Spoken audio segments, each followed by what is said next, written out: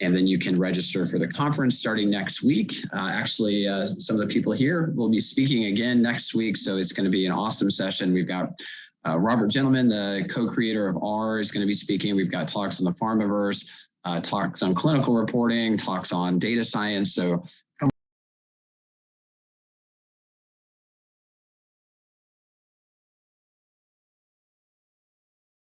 earlier today, just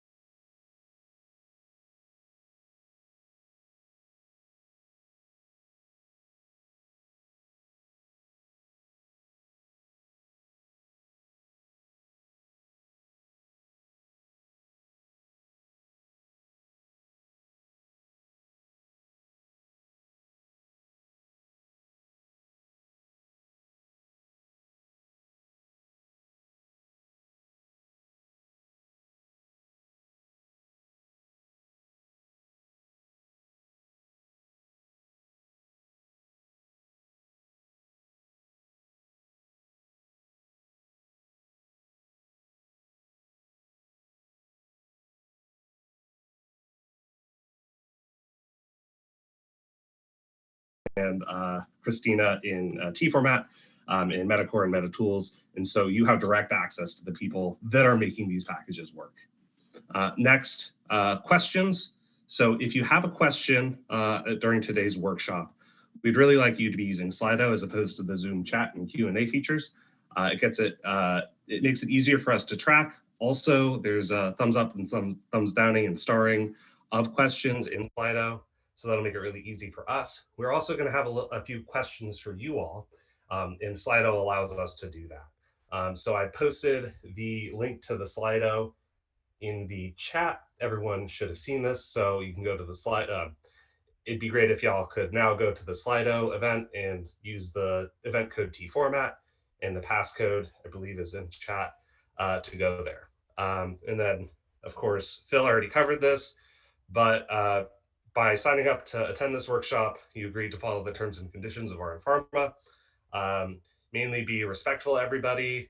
We want this to be a really safe space where people feel comfortable asking questions and comfortable being themselves. And so please make sure to follow the terms and conditions. If you have any questions, please double check the website there, rmpharma.com/terms, just to take another look at that if you want. So introductions. So who are we? So today's workshop instructors, you have Christina Fillmore, myself, and Thomas. Christina and I work at GSK. Thomas works at Roche. What do we do? I'm a data science lead in the Statistical Data Sciences and Innovation Hub with Christina. Christina, Thomas, do you have anything else you'd like to share? Thomas, you can do a little intro yourself. You're muted, Thomas. Of course, I was on mute, right?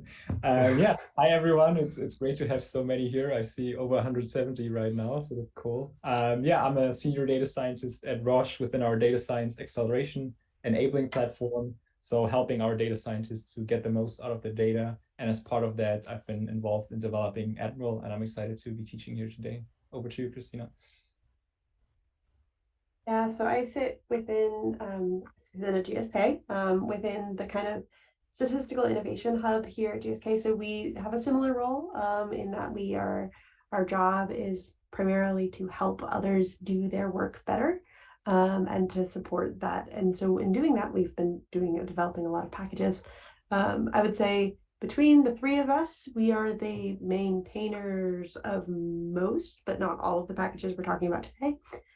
So yeah, if you do have questions about any particular package, feel free to ask. We will hopefully be able to give you the answers, unless it's a package we don't maintain, and then we will tell you we don't know anything. We will do our best to support you. Exactly. And get that information back to the maintainer. Yeah. Yeah, but other than that. Cool. All right, so that's who we are. We want to learn a little bit about you. And so let's take this opportunity, everybody, to go to Slido now, and I am going to be sharing the results of a quiz that we're going to be running here. Let me just bring up the correct page here. There we go. And so we are now going to be starting a word cloud poll on, in one word, what would you like to take away from this training? What do you want to learn from us in the next 2 days? So we're going to give that a minute here.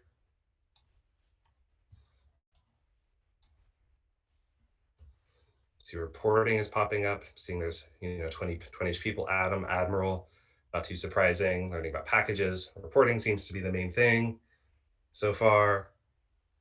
End-to-end solutions. There we go. This is perfect. Tables, Atom, validation. Sorry, I don't think we'll be talking much about that today. Learning how to leverage R. Perfect. Thank you all so much. This is exactly what we'd hope for. This is the workshop that you signed up for. Let's go on to the next question. So we're going to pause this. Let's just start at the next one, which is, what's your background? Where do you come from, and where are you joining us from today? Are you from a CRO, big pharma, academia, smaller pharma or biotech? Do you work in medical devices or other? Okay, so it's looking like big pharma and CROs seem to be the vast majority of our attendees, as well as academia. This is exciting. Hoping y'all will learn something today around that. Great, the numbers are still moving, but they've kind of standardized around mainly CROs and big pharma and academia. Excellent. Now we're going to get a little bit more detailed. Which company or institution do you work for? It's kind of similar to the prior question, but just, trying to get an understanding of things and where everyone's from.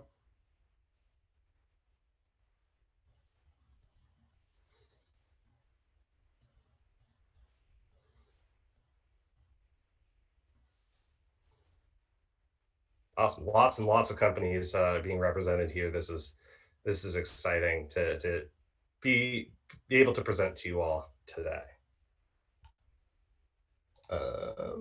Next, what country are you from? What country do you reside in? Feel free to answer that level of detail that you feel comfortable with.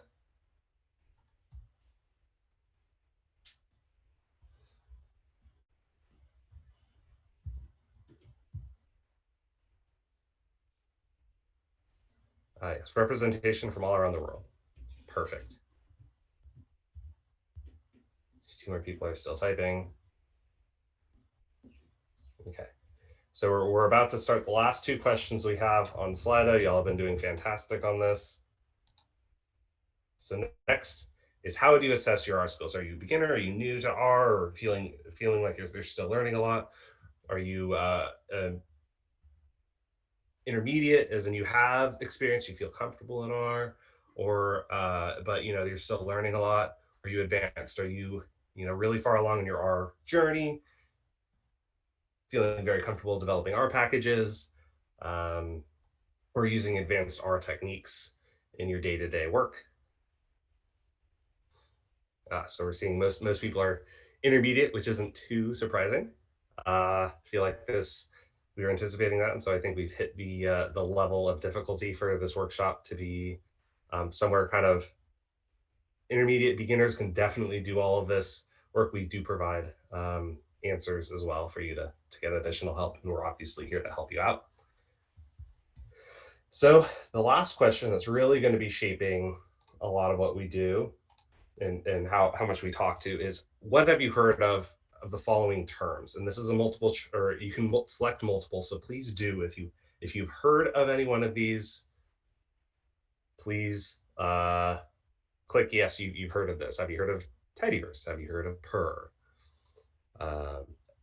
Admiral, tplyr, Metacore, MetaTools, T-Format, ARDs. Looking like most of you have heard of Tidyverse. Not 100% of you. That's fine. Most of you heard of PER, Admiral, roughly around 50%, tplyr, roughly around 50%, Metacore, MetaTools, T-Format, and ARDs. Less of you heard about that. So this is going to be a great workshop for you all to learn about these great tools, both from the Tidyverse, those of you that are familiar with Tidyverse, down to those of you who've never heard of an ARD or used T-Format before. This will be a great workshop, so you're going to learn a whole bunch from all of this. So that's fantastic. All right, so now we're going to stop the poll now, and we're going to move on to the next piece, which is our environment, where we'll be working. So today we will be working in RStudio Cloud. So once again, there should be the link in the chat. But I wanted to go over this, how it works, since some of you are beginners, how the RStudio IDE works, so that you can be comfortable with this.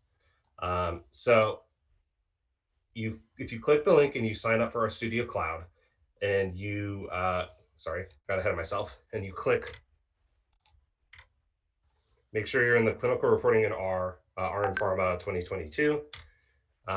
This is slightly wrong. This is an old screen capture. But the main thing that I want you to do is, once you've logged in and joined, click this start button here. And this will start up a new project for you to be working in that'll be identical to what I've set up already. It's going to have all the packages you need already installed, and it's already going to have all the code and everything that we're going to be running over the next 2 days already set up and available for you to go through. So this is a place that we're going to be going to consistently and regularly for you to follow along with us as we go through code examples, as well as you to be able to go through and work on your own, work through the examples that we hand off to you, the exercises, excuse me. Okay. So once you click the start, it'll start up a new project for you, and you'll end up with something that looks similar to this. And if you've never used an RStudio IDE before, this can be a little intimidating. So we're going to step through this really quickly. So the first thing I want you to know is this lower left pane here is the console. And the console is where you can run R code. You can just type it in there, print hello. It'll run the R code. Perfect. It's exactly, if you're used to using R, this is just the console, the RStudio console here. Up above this is the source pane. And so this is where code that you're not quite ready to run, but you're writing out your code with, so you can do print hello world. See, it doesn't get run, but press enter and nothing happens. But you can highlight and press Control Enter, and that'll now run it down in your console. It'll send the code that you're about to run to your console. You can also just have your cursor selected on a line and press Control Enter, and it will run that line for you as well. And it can span across multiple lines, that's fine. So you can have it set up like this.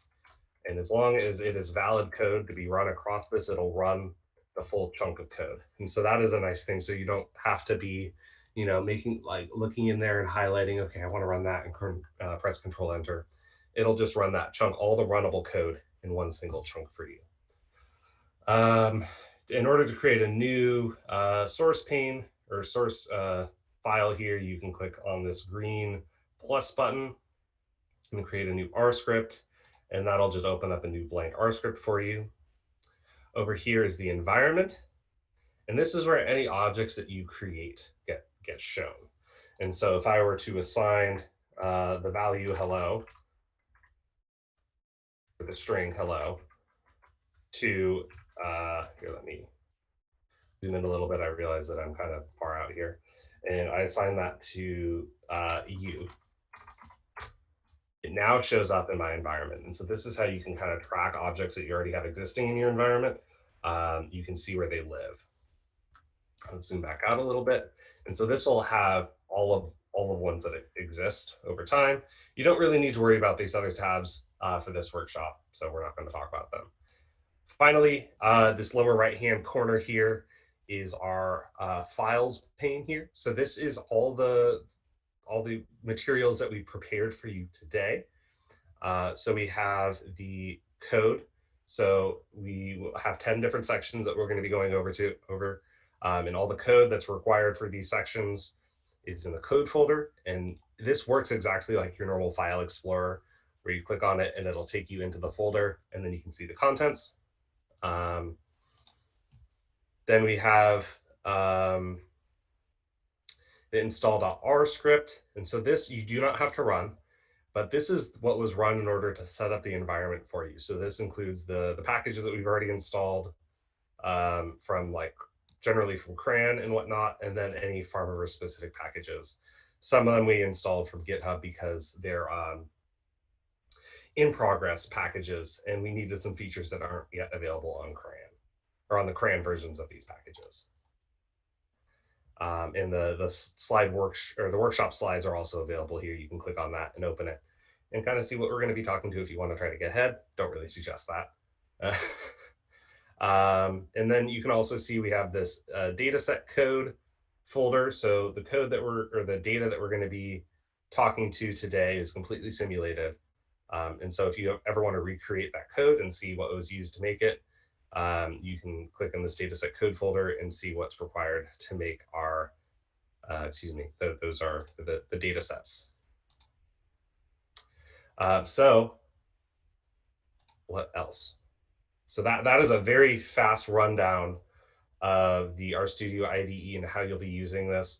You'll be seeing us go through the examples as we go, and so hopefully you can also gain a little bit if you're very uncomfortable with RStudio Cloud, you can kind of see how we use this, and so you can get a little bit more comfortable with it.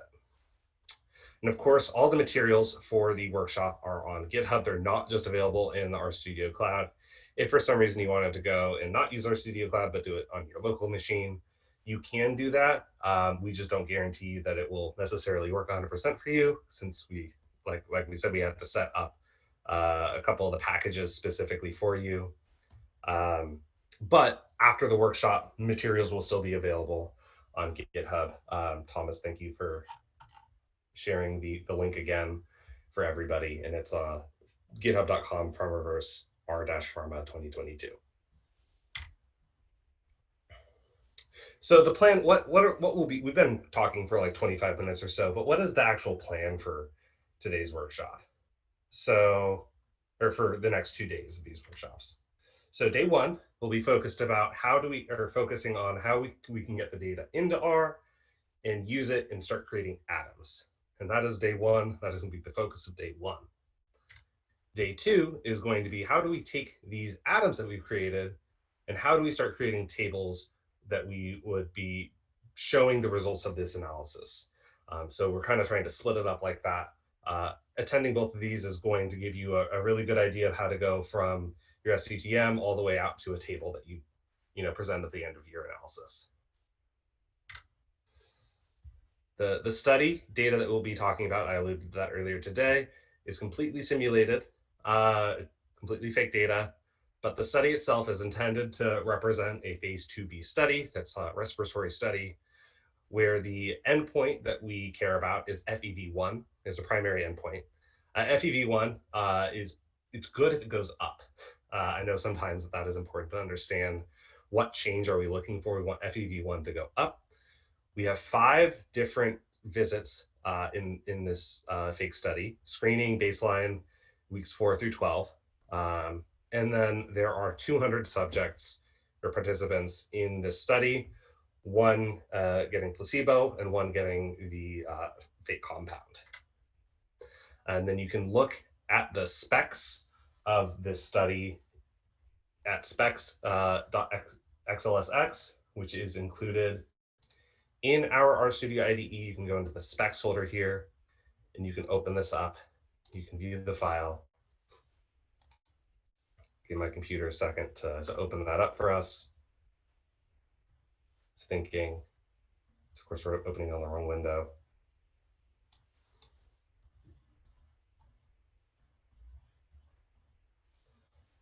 It's struggling a little bit.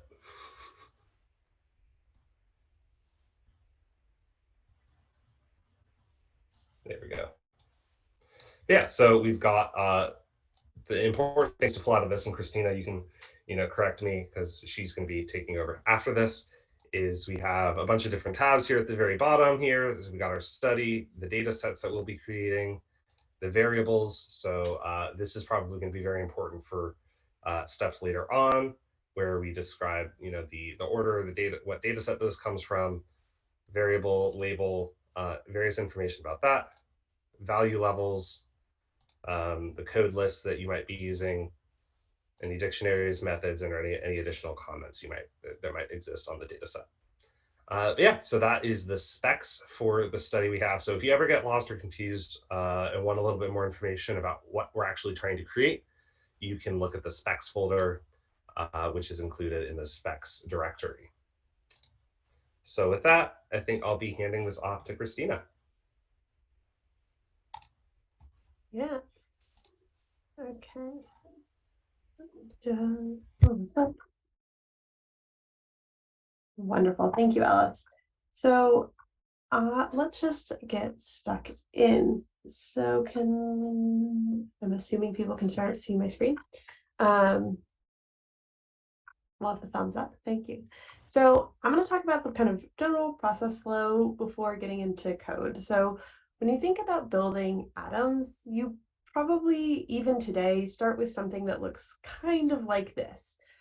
Presumably you have some amount of metadata that you're pulling in, whether it's that you're using some SAS code that helps you go from, formats to in formats or whatever that is. And you have your SAS formats potentially. You probably also are importing some data that's going to be helpful for you to do from your SDTMs to go into your Atoms. And once you have some of those stuff, you're going to start combining all of your predecessor variables together. Then you're going to have a chunk of your variables you need for your Atom data set. And then you're going to do some calculations. You're going to maybe drop some variables if you don't need any of them. And finally, you're going to export them. So if this is your general process flow, when you look at this from the lens of the Farmaverse, you can see that there's packages for all of this. So on the left-hand side here, we'll start from maybe the easiest one, which is Haven. I'm sure most of you have who've used R before know Haven. Haven is a tidyverse package that is used to import, SAS7 BDAT or XBT files into R. So that's great. So we can import the data that way. And then we have this package in the top left called Metacore. Metacore, the purpose of the Metacore package is to kind of import and hold that metadata that you would need, particularly the stuff that lives in your specifications. So the stuff that we looked at with Ellis, that sort of information lives in your Metacore object and helps you automate some of the stuff. So then you're going to want to go on to the next step, which is combining these predecessor variables together. So to do that combination, there's a package for you that's called MetaTools. MetaTools makes Metacore interesting. Metacore without MetaTools is kind of just like a box. It's a nice box, but it's a box. So we want to make the box fun and interesting and do things, and so we're going to use MetaTools.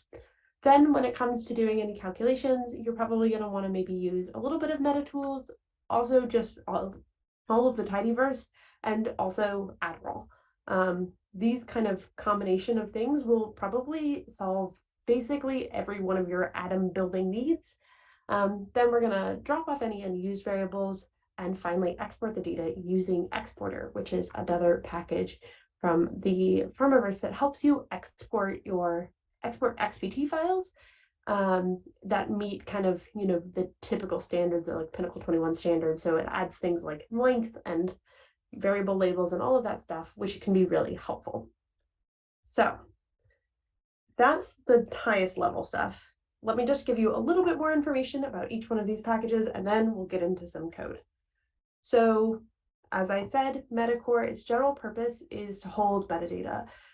It has an organizational structure within it, so it makes it so it's easy to standardize things like specs across different companies. Oftentimes when you go from one company to the next, their specs look different. They don't always look like the specs that we were looking at before.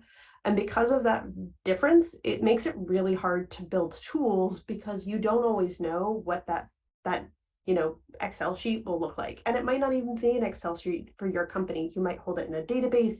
You might do all sorts of things. But whatever you do personally, because you do something that's potentially a little bit idiosyncratic, it makes it hard to build together. And the purpose of the Farmaverse is really to be building tools together. So we wanted to build a kind of object that allows everyone to work together. And so we built this Metacore object, which lets you kind of standardize how all of this information is held within R. So it's been around for about 1.5 years. It's fairly stable, but there have been updates, and they do kind of just change with the CDISC standards. The plan is to keep it maintained to the standards of CDISC. So it is the 3 functions that we're going to use today are spec to Metacore, which just reads a standard Pinnacle 21 spec, which you don't have to have. You can make your own reader, but that's what we're using today, into a Metacore object. Select dataset, which lets you specify a specific dataset you're building for. And finally, get control terms, which helps you look at the control terminology. So that's Metacore. Now we have MetaTools. As I said, Metacore is the fun, exciting, is the box, but MetaTools makes it fun and exciting. So MetaTools really, it works on automating some dataset creation, mainly making specific variables using Metacore. So it's been on CRAN for about 1 year. Again, fairly stable, some new features kind of being added here and there. And we're going to use a couple of different things from there, but particularly build from derive, combine sup, which combines your supplemental and domain with your domains, create var from code lists, create cat var, order calls, select variable label, set variable labels, and finally check control CT data, which just checks the control terminology of your data set to make sure that all of the columns that have control terminology associated with them only contain values that are within that control terminology set. So that is that. Now it is time to do some code. Now that we're a ways into this, no idea, we've been here for a while. So I am starting with O1 Metacore MetaTools. This is the script. So this script is in your code folder. Your script will look like it has more code than my script. So what we're going to do right now is what we call a follow along. So you follow me. I am going to live code in front of you guys because I'm going to do that. But because I'm live coding, it might mean I make mistakes, and that's fine. The code that you have doesn't have mistakes in it. So that's good for you and potentially bad for me. But with that being said, let's get started. So the first thing that I'm going to do is I'm going to load everything I'm going to need. And I'm actually going to need, kind of all of this right now. So Metacore, Tidyverse, Admiral, Haven, MetaTools, and Exporter. So I'm going to just load that in, and we'll load in my packages. Perfect. The next thing I'm going to do is I am going to read in my specification document. So this is that kind of specification document that Ellis was looking at. We're just going to read it in using that specs to Metacore object. And when we do that, wow, it's going to read it in. It's also going to give me some information. It tells me that a bunch of stuff is missing. So it says that there's no core. That column only contains missing, and the sup flag contains missing, and all of the stuff from the sup table are missing. So that would be a problem, except for the fact that I'm okay with that. I'm not making any supplemental data sets. So the fact that I have nothing in my sup table, I'm fine with that. It's not what I'm doing right now. And the other ones, it's just because the Pinnacle 21 standard doesn't typically have those columns. So good, I love that. So the way I'm gonna make that go away, because I have looked at them and I am confident that I don't need this information, I'm going to just say quiet equals true. And now when I rerun this, it just says that it's suppressing some warnings, but all is good and well. Love that. So the next thing I'm going to do is I'm going to read my data set in. So read XPT comes from Haven. In our datasets folder that Ellis was talking about before, we have kind of three main folders: atoms, SDTMs, and ARDs. At the moment, we're trying to build some atoms, so we're going to start with SDTMs. So we're going to just read in the SDTM and the DM data. So when we look at this, you can see that it kind of looks like a DM data set, if you're familiar with them.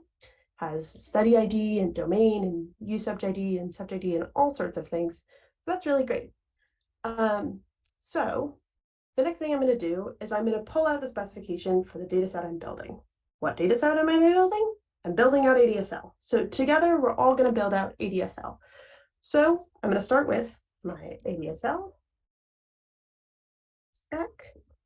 And Christina, could I just interrupt you for a second? Of course. There was a question whether you could put your RStudio in full screen mode, because we still sort of see your background and stuff. Yeah, I can potentially full screen mode. That looks great. Thank you very much. Here, I can even make it a slightly bigger. Is that better? Awesome. See? Thank you. Okay, I'm gonna just make this go away over here. Sorry, I meant to remember to do that, and I knew I was going to forget something. If that's the only thing I forget, I'm having a great day, everyone. So we're going to take this Metacore object, which we have up here called Metacore, and we're going to just feed that through. And the function I'm going to use to select a single data set, because that's the data set we're building, is select data set. So we're going to use select data set, and the data set that we want is ADSL. So when I do that, now, well, actually, let's do a quick comparison here. When I look at this Metacore object alone, the Metacore object doesn't show you a lot of information in the print, which is fine, but it does tell you that it contains 4 different data sets. And if you want to see more information about your Metacore object, you can always dig deeper by looking at any particular table within it. So for instance, you can say, I want to look at the dataset specification. So if I do this, I will see here are my 4 datasets. It has ADAE, ADSL, ADPFT, and ADETT. And it tells you the structure of them and also the labels. And so, great. I could look at this for all sorts of things. I could look at the var spec, which will tell you the specifications for all the variables, so on and so forth. This is probably going to look fairly similar to maybe the tabs within your spec document, if your specs are structured that way, or maybe it doesn't. But it should kind of contain the same information, maybe sliced and diced in a slightly different way. So great. Now, when I look at ADSL spec, though, it only has 1 data set because we've subsetted our Metacore object. So now it just contains ADSL. So when I look at my ADSL and look at ADSL spec, here, if I just do DS spec again, this time I only see ADSL, but it tells me the same information about the structure and the label. Perfect. Okay. So if we, I'm gonna potentially attempt to flick back to this process map really quickly. We've done thing 1, we've done thing 2. Great. Now, time to combine some predecessor variables. So to combine some predecessor variables, we are going to use the build from derived function that is part of Meta Tools. So I'm going to do build from derived, and build from derived first expects a Metacore object. So we're going to use the ADSL spec as our Metacore object, and then it's going to expect a DS list. So the DS list is just the dataset list. This time I'm going to just put in an empty list because I want to, and I'm going to just say keep equals true. And that says I want to keep all of the variables. Sometimes it renames. If you have in your specification, take this variable from DM, for instance, but rename it, you will just keep the rename unless you have keep equals true, and that way it will keep the old name and the new name. So this time we're just doing like this. Gives me an error, obviously, because I didn't give it any data to pull from. It says, hey, there's an error. I need you to pass some data sets. And in this moment, it needs the DM data set. Thankfully, we read that in before, so let's put that in. So DM equals DM. Here, casing doesn't matter too much, so you're probably fine. And now that I've done this, I can see that I have 13 variables, and it looks like it's pulled a bunch of stuff forward for me. Perfect. I'm going to do one more thing, and I'm just going to filter out anything that doesn't have an ARM code of placebo or active. I don't really want the screened patients in my ADSL, so I'm going to just filter them out really quickly. So once I've done that, now that looks really good. I have 200 subjects, which is what we thought we were going to have, and the 13 variables. So this seems like the right size, and I have good information here. So this feels like a great start. So I'm going to call this ADSL pred because this is just the predicted variables all pulled together for me. Okay, so now next step. Next step would be to start building out some variables. But let's just say I forgot all of the variables I need to build because I'm having a stressful day where I'm presenting to lots of people. So what am I going to do? Easiest thing to do if you want to just do it in here and not go and open the spec document is just the check variables spelled with a V. So when I check variables, first I'm going to do is I'm going to pass in a data set, which in this case is ADSL pred, which is the thing I think contains most of my variables, and the ADSL spec. Spelled somewhat correctly. So when I do that, I get this lovely little error message that tells me I'm missing some variables. Great. See these variables? These variables look like they are variables I can make. So I am going to just start with sex because I want sex n because I want to. And so how I'm going to do that is first I'm going to look at the control terminology. So as I said, the Metacore object contains most of the information that you would want to have when you're trying to automate stuff, but also it contains the information from your spec, which included those control terms. So if we do get control term form ADSL spec. So first thing I'm going to do is I'm going to pass in the Metacore object, which is our ADSL spec. And the next thing is the variable I'm looking for, which is sexn. That's the thing. It says right here, I need to make that thing. So when I do that, I'm mostly choosing this because it's not very long. It doesn't have very many options, so it's easy to look at. So great, male, female, code 1 and 2. So that's the code and that's the decode. This seems great, seems familiar. So now I'm going to start and make this. So to make this, even though I have this information here, I can't really take this data set and make it into an if else right now. I could, but I'd have to write out a case when or an if else to make this happen. To use it a little bit easier, we can use MetaTools. So MetaTools allows you to take in the ADSL pred, which is our variable, or is our data set that we have from before, right? And we're going to use a function called create var from codeless. So create var from codeless takes in a Metacore object, which in this case is ADSL spec. And then it also takes in an input variable and output variable. So the input variable in this case is the reference that you need to go from, FM into 1 and 2.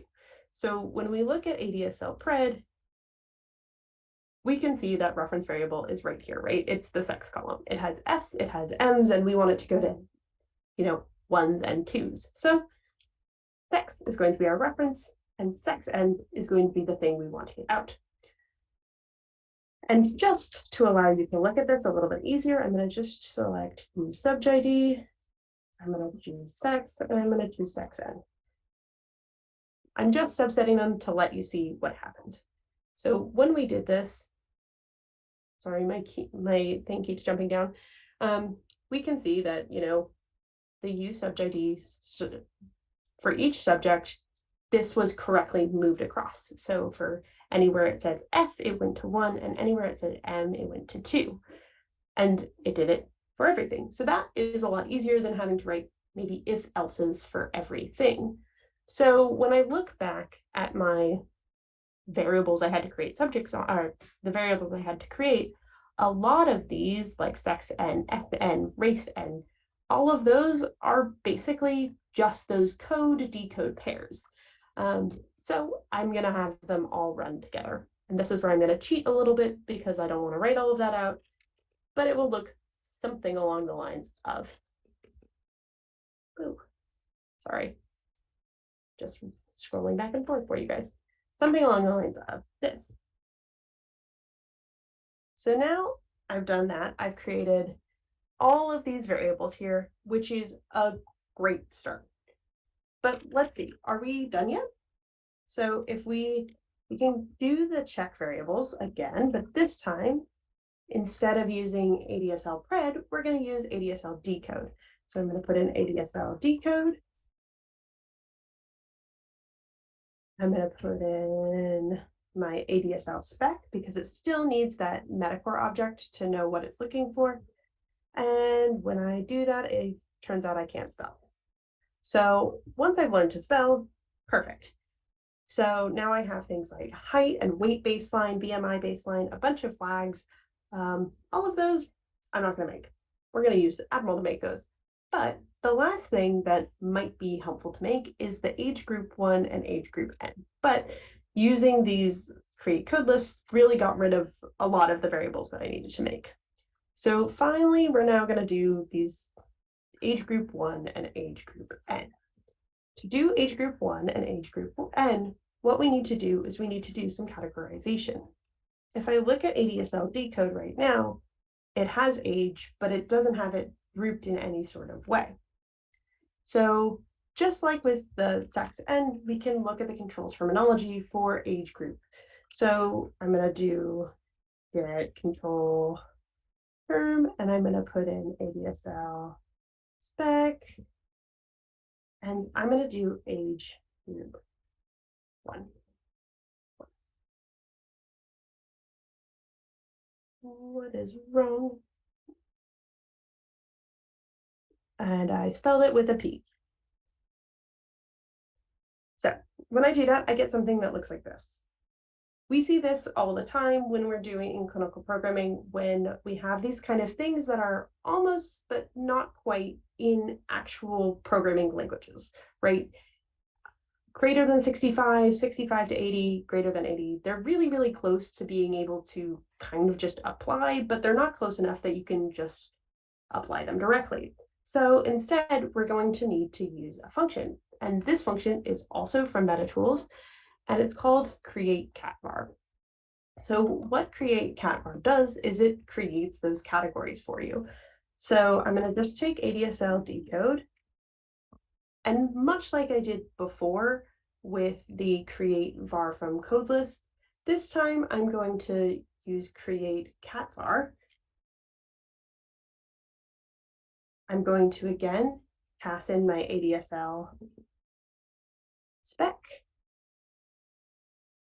and I'm going to pass my reference variable, which this time, instead of being the thing I want to convert from character to numeric, for instance, is going to just be age, because my reference variable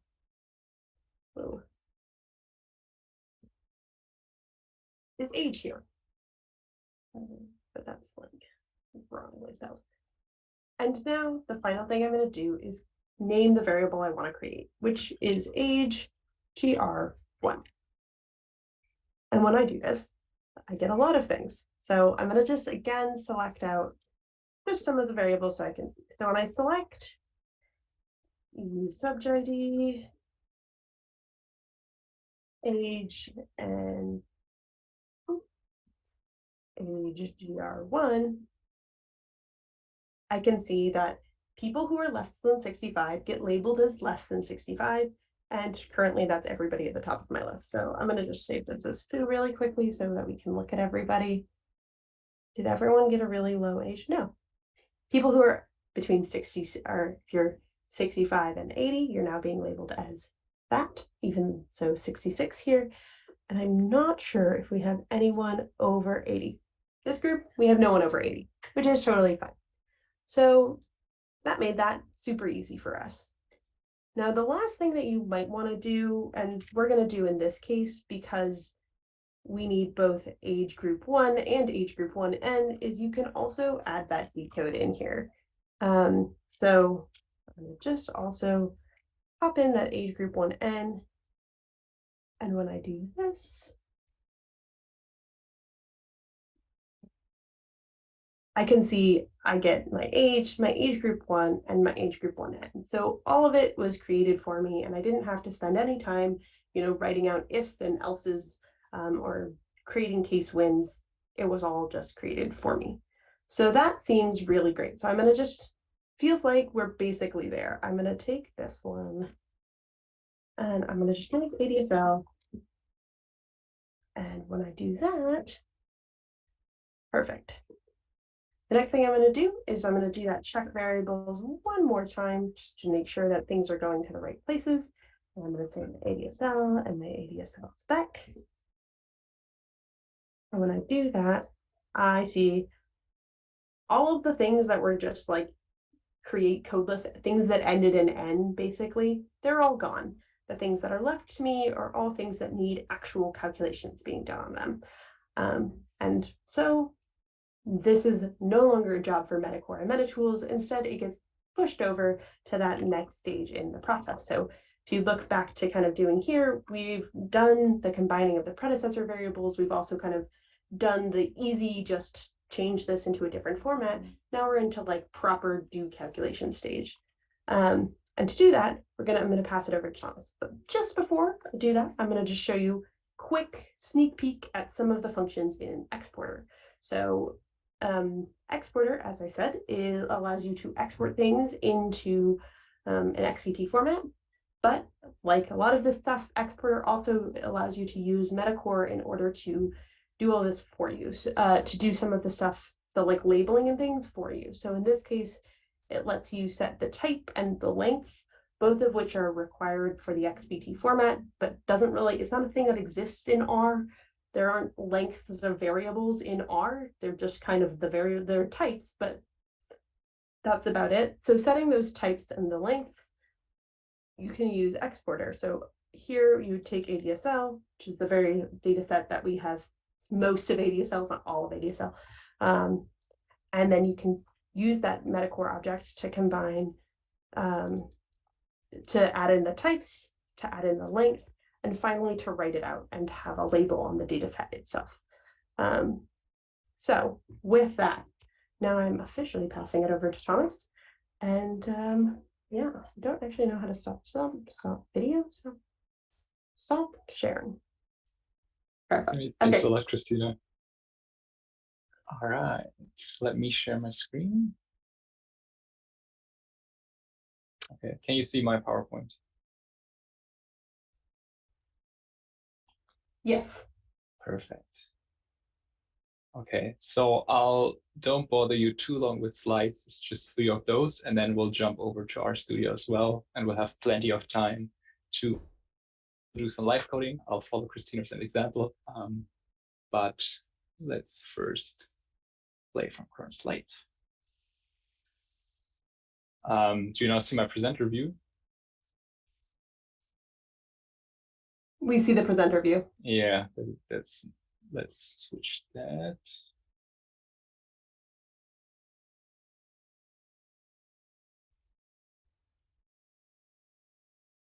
Did it change?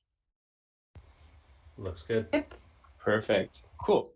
Yeah, so the next package we'll talk about is Admiral. And really, Admiral is all about these derivations that you would have to implement in order to build your analysis datasets according to the CS standard. So we've already seen Christina covered quite a lot of stuff that can be very tedious if you have to do it manually, but making use of the specs, we could automate quite a lot. So that's a great starting point. But now a lot of the work is still outstanding, and we'll have to derive lots of variables and parameters and so forth. And that's where Admiral plays in. And Admiral started out, it says here 1.5 years. I think we're actually getting closer to 2 years now since we kicked off this development. And it was in collaboration between Roche and GSK. So it's getting quite mature. We're still changing up things from time to time, trying to make a better package. But we're getting to a stage where it's getting sort of stable, and also the user base is growing, so we try to not change things up too much anymore. That being said, if we feel like it's worth to improve something, we'll also make some changes. I've listed a couple of functions here on the slide, just as we had on the previous ones. These are actually all functions we'll be using today. So for example, there's this thing called derive vars merge, where you basically have a dataset B, where there's certain information and you want to get that information into your actual Adam dataset. So that will be of use today. Then we'll have derive vars dt. So whenever you have a DTC, kind of date, time, or date character variable as you collect it, and then want to make a proper date out of it and do some imputation along the way, then you would use this function.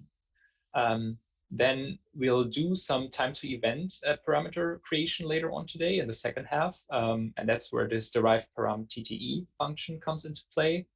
And then we'll also, when we have the ADSL example, we'll cover this derive var extreme date, where basically you say, given all these various data sources and these variables, which is the first or last date? And the application we'll have is the last date known alive, which we'll cover in ADSL. And so from the naming convention, you already can see everything starts with derive.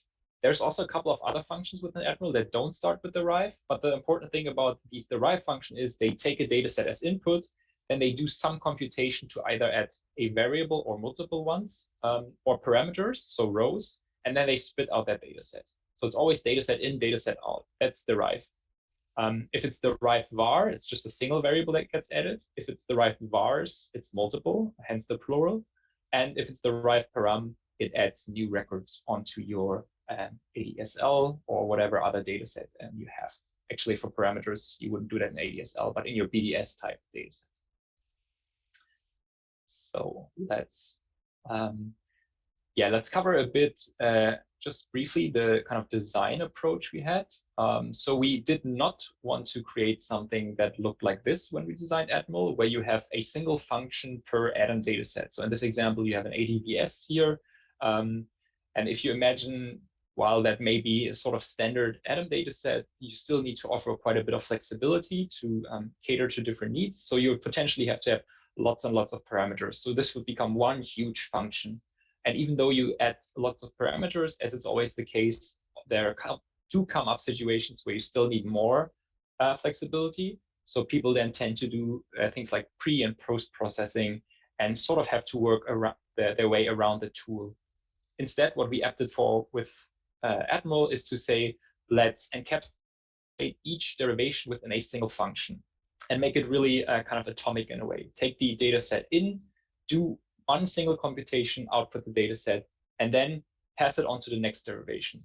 And you can see using this funny looking percent greater than percent, the pipe operator in R, you basically feed the output of the first step to the next step, to the next step, and so on and so forth.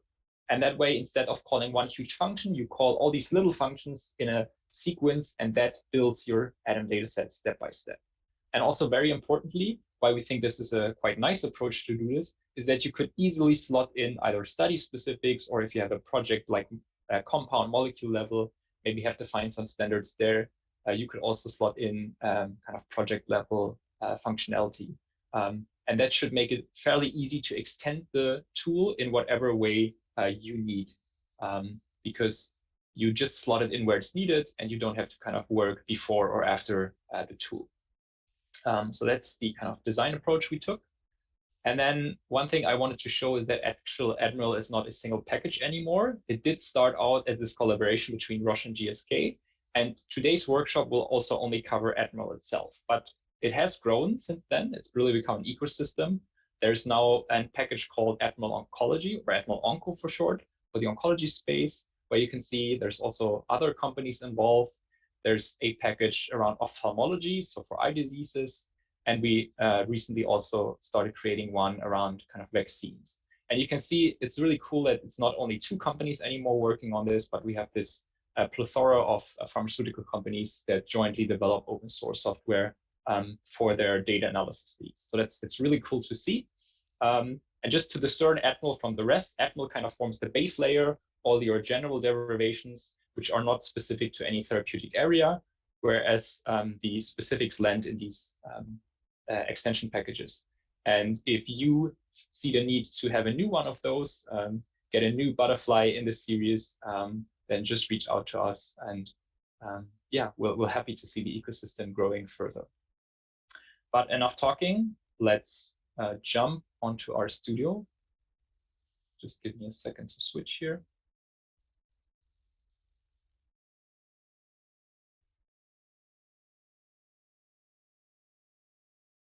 Okay, so there is this script 02 Admiral ADSL. That's the first one we'll cover. So that has all the code working in it, the thing where we want to get to after half an hour or so. I'll just drag that onto another screen. That will be my cheat sheet. I will start off with this blank script, and I'll follow Christina's example and do some live coding. And you can follow along with me. Hopefully that should work out quite well. But as I said, it's already there in the script, so you can also just take a look at that. So to start things off, we'll again load a couple of packages that we need. And I'll just copy that in here. So we already talked about Metacore. We'll use the tidyverse for some stuff. We'll use Admiral, very importantly, Haven to get our data, MetaTools, and also Exporter. Then next up, I'll just repeat a couple of the steps that Christina did in her previous step. So I'll just load in this Metacore object, and we'll get the single ADSL spec. And now it's time to read in some source data. And again, for brevity, I'll just copy paste it here. But we'll consider these following SCTM domains. So we'll have DM or demography, VS for vital signs, EX, so exposure, when did people take what drug, SV, study visits, and adverse events. And then this one here is basically where Christina left off with the previous, in the previous paragraph. So we'll use that as a basis for adding on to what is already there. And so the very first thing we start off with is adding some baseline characteristics. So This can, of course, be lots of things. Baseline characteristics, we'll keep it very simple. What we're interested in is baseline weight and height of our subjects. And this data lives in the VS SDTM domain and is in a BDS type structure. So it's not individual columns in the VS, but it's records. So there's one parameter called weight, and then there's another one called height. And we're interested at those records where the record is flagged for that is a baseline observation. Okay, so I will create a new variable called ADSL-BL for baseline. And I'll take as input my pre-ADSL. And then I will pipe that into the very first derive function we'll be using today. And that one is called derive vars. So already you can see from the name, there's kind of multiple things coming out of that. And it's called transposed. So derive vars transposed. The reason being, I said, VS is like a long data set. We have to transpose it into a wide one and then merge it onto our ADSL. So let me just quickly load some of the packages here. Okay. And then don't be confused. What I'll be doing now is I'll switch the console, which you can see here on the left, just to go over onto my right. Then I have more as real estate for my script here. So you can see now it moved here to the right. That shouldn't confuse you. Okay, so derive vars transposed. And we'll pipe in this pre-ADSL, and now we'll have to set a couple of parameters. So the first thing is, I think, the data set we want to merge onto. Or let's actually open the help page to see if that's indeed the name of the parameter. Yeah, so it's dataset merge. And so we want to take VS, but we're not interested in everything that's in VS. So we'll do a simple select. So that's a tidyverse function. We just select some columns from your dataset. So we'll want VS with useSubject ID. We'll want the VS test code, VS test CD. We want the numeric result, so VS stress n, and we're interested in the baseline flag. So, and if I just run this little snippet of code here, it tells me that VS is not there because I haven't just read it in yet. So let's quickly do that. And now if we repeat that, we can see we get this little data set, actually not so little, it's quite a lot of rows, but only 4 columns we select. So next up is the byvars. It's basically the variables by which we want to join the 2 data sets. And in this case, we'll keep it simple. We'll just do useSubject ID. So it's a single one. But still, you have to use this vars because most of the times it's multiple ones, like study ID and useSubject ID. And now, because we want to transpose the VS dataset, we'll have to indicate what is the key variable. And that will be VS test CD. And then the value variable, that will be VS stress n. And if I just run that, we would get not only height and weight, but all the other parameters that are part of VS. And also we would not consider only the baseline records. So we have to somehow filter what comes in. So that's where this filter argument comes from. And so we'll say VS test code should be in one of 2 things. It should either be height or it should be weight. And in addition, using this ampersand, we'll say that the VS baseline flag should be yes. So I think that looks good. Let's see what this spits out here. If we now view this ADSL-BL dataset, so we have all the stuff that Christina already nicely added for us. And if we scroll all the way to the right, we can see that we have a height variable. So that looks good. We have a weight variable. We also have this baseline flag, which we're probably not interested in, but we're sort of achieved what we wanted. It's not full-fledged yet. We'll do some cosmetics as well, but you can see we still have 1 record per patient, just like we want in ADSL, and we seem to have selected the correct records. And so we'll do some cleanup, as I said. We'll pipe this into rename, and we'll just say, well, let's call it height BL to indicate that it's baseline, and let's call it weight BL to indicate that it's again baseline.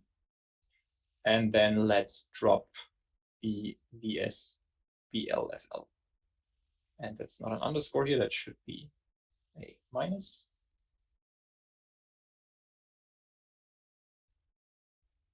And sure enough, now we have only the two variables, and we call them height BL and weight BL. So that is looking pretty good. So that's the first derivation we've covered. It's actually a bit of a complex one, but I think it's a fairly common operation within kind of building Adam data sets. You have a second data set which you want to transpose and then merge onto the other data set. And that's where this derive vars transpose comes in extremely handy. Okay, then what we're going to do next is we'll figure out when did the treatment start and end for our patients in ADSL. And that information is stored in the exposure domain, so in EX. And we basically want to get the first date when someone took basically a dose that is greater than 0 for like the actual drug. Or the way it's handled in EX, if it's placebo, it would indicate that the dosage is 0 because there's no active ingredient. But because we flag it as placebo, that's also kind of valid. So either a dose greater 0 or a 0 dose that is flagged as placebo. The first event of those will be our treatment start date, and the last event of those will be our treatment end date. And so we'll have to do a tiny bit of pre-processing of the EX domain, because if we look at EX, let's quickly do that.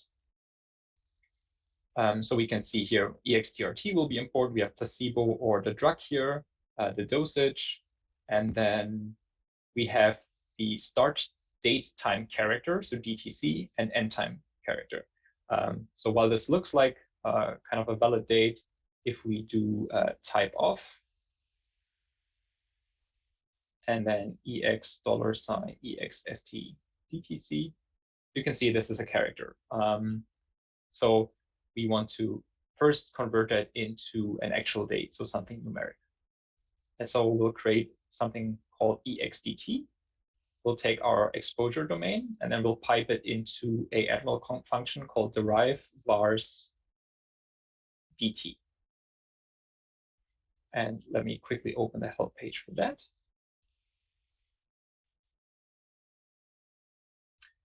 So you can see this has a couple of parameters because it don't just takes a character and transforms it into a date, but there's also a couple of parameters related to imputation. We'll keep it extremely simple here. We don't consider that at all. We'll just pass in data sets, so EX, that's already here.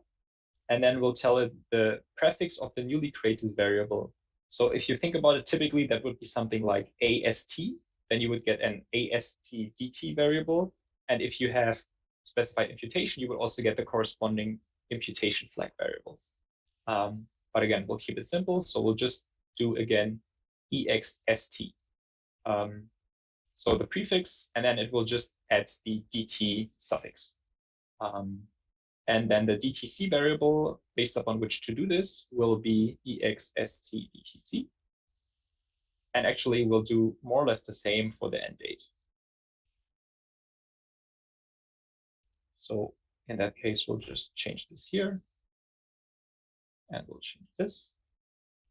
And now we'll run this. And if we now view this EXDT and scroll all the way here, so now it looks kind of the same, just sort of has one character less in the variable name. But if we again go to this type off thing and look at the type of the newly created ones, it tells you that it's null because I didn't specify the correct data set here. So EXDT. And now it's of type double, which is kind of the way R internally stores dates. If you just do is.date, I think, is that a function R? No, but there is a function to check if it's a date, and it will tell you true. I think if we do lubridate is, oh, is.date, there we have it.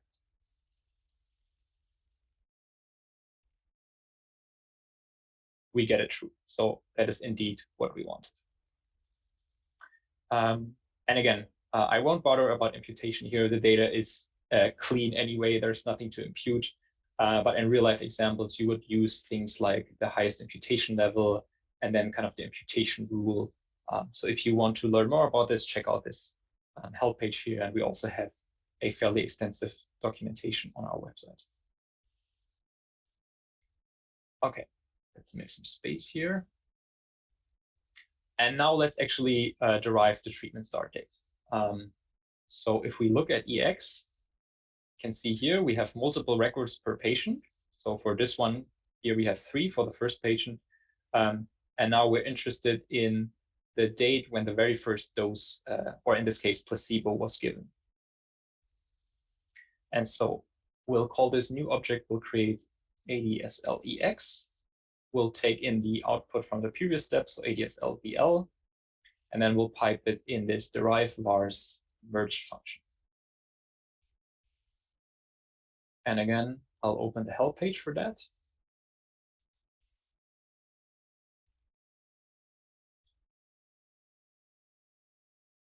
Okay, you can see it has maybe more parameters than you would expect for something that just merges a data set, and that the reason is that it does a bit more, or it can do a bit more than just doing a merge. But we'll first specify the sort of always required options. So the data set we want to actually merge to our existing data set. So that will be the EXDT from the previous step, and then our by vars. So that's basically the same we did in the transpose step above. So we'll do again vars, use subject ID. Or in fact, let's do study ID and use subject ID. And let's also do the same above here for consistency. And so if you would do this, then you would end up with ADSL suddenly having more than 1 record per patient, because in the EX domain, there's more. So we somehow, again, have to filter this onto just a single record. And so what we have to do is we have to somehow now order the EX, give it a specific order, and then specify, do we either want to get the first or the last of those ordered records? And then we'll filter basically that, and then we'll merge it onto ADSL. So we'll say order for EX, the data set we want to merge on, should be the treatment start date. And in case that happens to fall on the same date, we'll just use the sequence identifier. Then we'll say the mode should be first. So we're interested in the very first dose now. And then the new vars we want to take on from EX is EX STDT, but we actually want to name it differently once it's merged on. So we'll want to create the treatment start date. And actually, this is supposed to just be that. So TRT SDT will be the name of the new variable in ADSL based upon the original variable in EX called EX STDT. And finally, that still wouldn't be good enough, because we still haven't kind of restricted our records in the EX domain to be what we consider valid records. So we'll specify a filter again. And I already said it before, either we want to have records where the dose is greater than 0. Alternatively, and so alternatively, or is this kind of horizontal bar here. Alternatively, we say the dose can be 0. But if that's the case, then we'll want to make sure that the thing that was given was actually the placebo. So we look in EXR TRT and say placebo. And that should do the trick. So let's see what the result is. It did an error, so that's a good first sign. And if we look at ADSLEX and scroll all the way over here, we do have a treatment start date variable, and still we ended up with a single record per patient. So everything seemed to work out fine. And if we just look here, so that's the 6th of September for the first patient. And if we look here, that sure enough seemed to be the first record here. And then for the second patient, it was the 10th of March. And again, that seems to be the case. So successful. And now for the treatment end date, it's more or less the same thing. We just have to change a single parameter, I would say. No, actually two. Let's, for starters, just copy this over. Let's use the pipe again. And now what we have to change is we don't want to order, no, we do want to order by start date and sequence, but we're not interested in the first record, but the last one. And then the thing we want to actually get is the treatment end date, and it should also be based on the treatment end date. And so let's run this again, and let's take a look.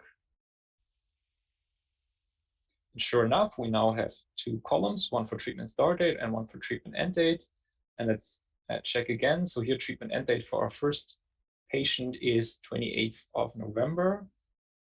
And that appears to be right. I think this patient only had 3 records exactly, and the end date was just that. So that was successful as well.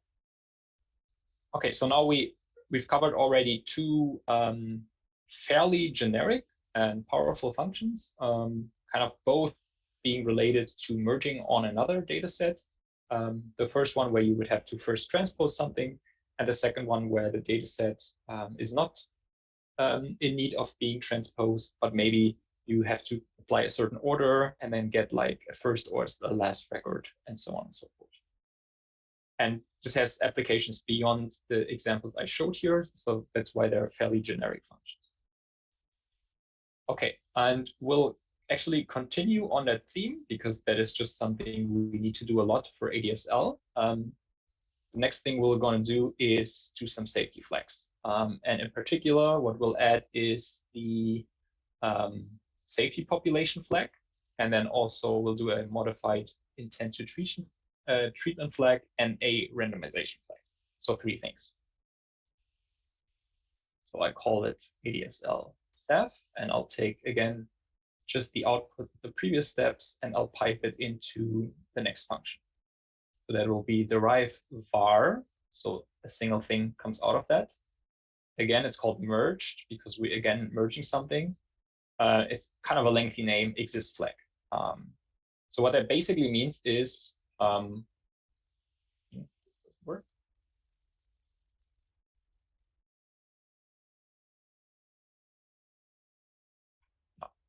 No. So what this means is, we'll take that second data set, and we're not actually interested to get the actual value that is part of the data set, but just whether a certain condition is met. And if that condition is met, we'll just flag it as true. And if it's not, we'll flag it as false. And so for our first example, the safety flag, it's basically asking, did the treatment receive, or did the patient receive any valid dose? Valid dose being, again, specified as we did above here. So it's the same condition. And if that's the case, we'll just set this new variable we'll create to y, and otherwise we'll set it to no. So again, we'll be fairly similar to what we did before. We'll add a data set, and this will be our exdt again. We'll have some byvars as usual because we do a merge. So study ID and use subject ID. Then we'll tell it, well, the new variable we want to create in this case is SAFFL, so the safety flag. And now it's time for the condition. And the condition I can just copy from over here. And let's run that. And then take a look. So we do have this new variable. And in this case, it's kind of easy for us to check because the condition for the treatment start date was the same. So everyone who has a treatment start date should have been flagged as Y. And I think everyone has a treatment start date. So everyone here is flagged as Y. So that's that. And now we'll continue doing almost the same, but with a slightly different condition. So in this case, we'll want the modified intent to treat flag. and the condition we have is whether or not that patient in question has a visit day which is greater than or equal 65.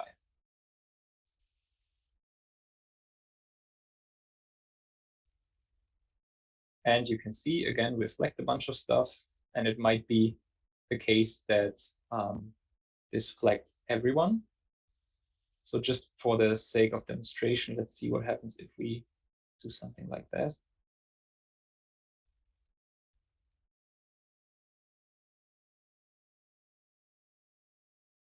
Okay, let's actually take a quick look at EX. So if you see visit day, so we have a visit day 1, 28, and 56. And because we have so clean data, everyone has all these visits. So that's why we get a Y for everyone. But let's just say that, so now because it's 60, everyone should actually have a N in the new data set, or actually a missing value, as you can see here. And that's what we're expecting. So kind of what you would have in SAS as a blank is NA in R. So that's that. And then we'll add just one other flag, and that's just a simple if else. So we don't need an admiral function for that. For the renderization flag, we'll just say if else.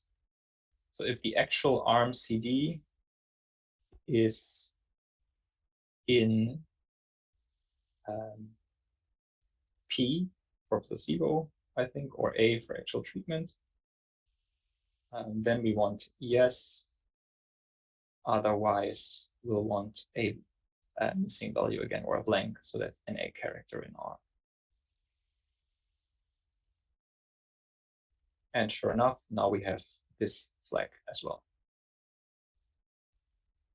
Okay, so that's that brings us already then to our last thing we'll do in ADSL. And the next one will be the, in a way, most complex one, but also the most interesting one. So I'll try to go slow. So last date known alive. I touched on this on the slides. So we record various stuff in our various SDTM domains with dates. And for the last date known alive, we're interested more or less in the question, what is the last date that we have recorded when we knew, because we recorded, that the patient was still alive. So it could be an adverse event that was reported. It could be a vital sign measurement, a tumor measurement in an oncology study, a certain lab specimen. Could also be a home visit if you have these kinds of trials. And in general, you do not say across all SDTM domains and all dates, give me the last one, but your protocol typically defines that, for example, AEs should be taken into consideration, lab values maybe, and maybe your vital signs or something like that. And so for the purpose of today's demo, we'll consider adverse event as one source. We'll consider a treatment application, so basically the EX domain, as a second source. And then as the final source, we'll take ADSL itself and specifically the treatment and date. And so the function we'll use in the end is called derive var extreme date. And so kind of as the name suggests, it's about extreme is either the first thing or the last thing. And so for last date known alive, we're interested in the last date. So we'll take that extreme. And if you can see here in this little function signature, we're passing a data set as usual. We'll tell it a new var we want to create. And then we have these mysterious 3 dots here, and then some source data sets. And so I'll explain all of those in due course. As always, let's pull up the help page.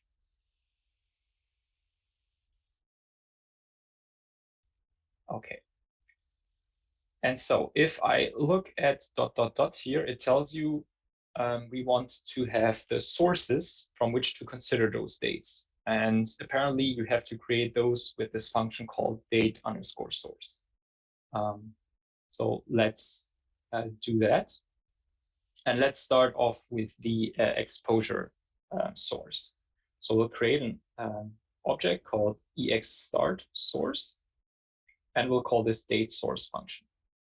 And the first argument is this dataset name. So we'll want to take the EX domain into consideration.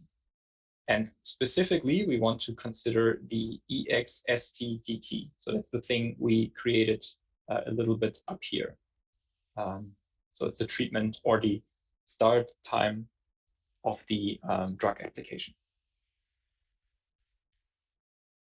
And that's the minimum you have to specify. So if you do that, you create this object. And if you print that to the console, it looks fairly uninteresting. So it tells you it is a date source object. The dataset name is as you specified. The date is as you specified. Apparently, you can specify something with filters, but it's not specified, so it's null. And there's this thing called traceability bars, which we'll come to in a second. But the important thing is that no computation at all happened here. It's basically you kind of creating a blueprint that will be fed into this function down here in just a second. So we'll do the same for the end dates because we want to take both start and end dates into consideration for the last date known alive. And we'll keep it at that just for starters. And then we'll create a new ADSL variable called ADSL last alive. And then we'll take the ADSL from our previous step with a flex, and we'll pipe it into this function. And so the new var we want to create is the last alive date. And now it's time to pass in these source objects. So we'll say EXStart source and EXEnd source. And now it's time to pass in actually the source data sets. So this is just a string here, EX. It's not the actual data frame itself. But now it's time to pass in everything that is basically referenced up here into this function. So we'll create a list, and then we'll say EX is the object EXDT we defined above. And then, as we did previously, there's a mode parameter, and because it's the last date known alive, we're interested to set this as last. And that is a very minimal definition of a last date known alive, taking into consideration 2 dates from a single domain, EX in this case. So let's see if this actually works. It didn't error, that's good. And if we look at it, we do now have this last alive date. So it did populate something. I think from this, it's not clear at all where did this come from. So we'll have to add a bit of context around that. We don't just want to know when was the patient alive, but actually where does this information come from? And that's where this traceability bars thing comes into play. So we'll add a bit more information here to our 2 objects. We'll set this traceability bars. And now we'll create, or we'll specify basically 3 things: the domain from which the last date alive came from, the sequence identifier, if there is one. So in EX you have one because it has EX SEQ, and then the actual variable from which it came from. And we'll call these things last alive DOM for domain, last alive sequence, and last alive variable. And so, because this is EX, the domain should be set to EX. The sequence identifier should be set to EXSeq, and the variable should be set to the start date. Yes, like this. And so you can see the domain and the variable is strings, so it will literally populate the column with that string in the end. And EX is just not put in quotes. So it will actually look in EX and fetch the number in the column that has that name and populate it. So let's quickly do the same thing for the end date, and then let's run again to see what this does. We'll just have to change here the source or the variable. Thomas, there's a quick question. Can I Sure. allow them to talk Please. here? I'm going to pass this on. Should be able to come off mute now. Tasman. I don't know. They might have had their hand up for a while and not realized. Mm-hmm. Okay. Maybe they've resolved their issue. Sorry, continue. All right. Okay. Yeah, I mean, but do feel free to interrupt me again in case it comes up. And I hope our teaching assistants do a good job on Slido. But also feel free to ping me if you can answer anything. Okay, so let's recreate these two objects and let's just print them again. So you can see, again, it's not particularly interesting, but we see that we have defined more than previously. And now if we feed this into our actual function, which does the logic, we will see that we get more variables added onto our data set here.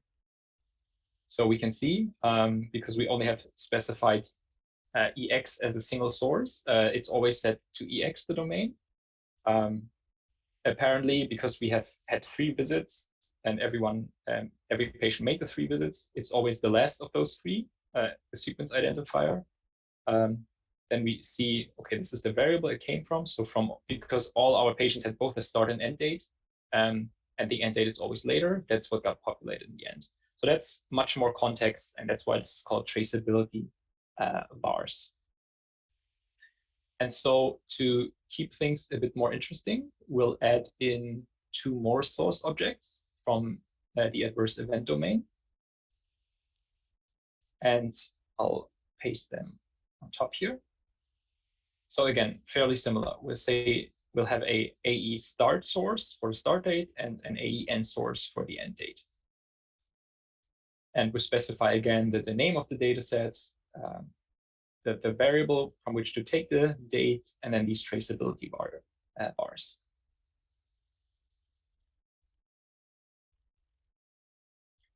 And this will not work just yet, because in the SCTM domain, we again only have character date times and not actual dates.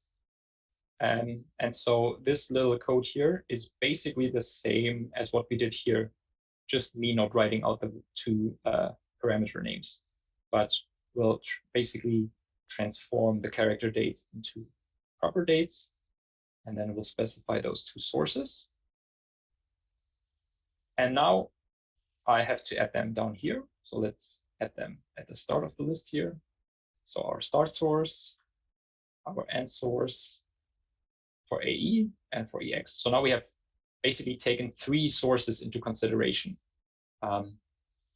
And now we'll have to also give it the AE dataset we created above. And so really what the function now does is it goes over each of those source objects. It then takes the actual dataset as is specified there, including the date. And then for each patient, it finds the last date with respect to that source. So it finds the last AE start date for the patient. So that's 1 date. Then it will find the last AE end date for the patient. That's the 2nd date. It will find the last exposure start date. So that's the 3rd. And then it will find the last exposure end date. So that's then 4 dates per patient. And then we'll loop again over these 4 dates, and we'll find the last date of those 4. And we end up with a single date per patient. So we start off with a bunch of candidates, so to speak, out of these 4 objects. Then for each object, we'll narrow it down onto just a single one. And then we end up with 4 candidates, so to speak, per patient. And then just take the last one out of those. So it's kind of this iterative approach. In a way, you're doing 2 for loops. You loop over each of the sources again. Yeah. So let's see what we get as a result, finally.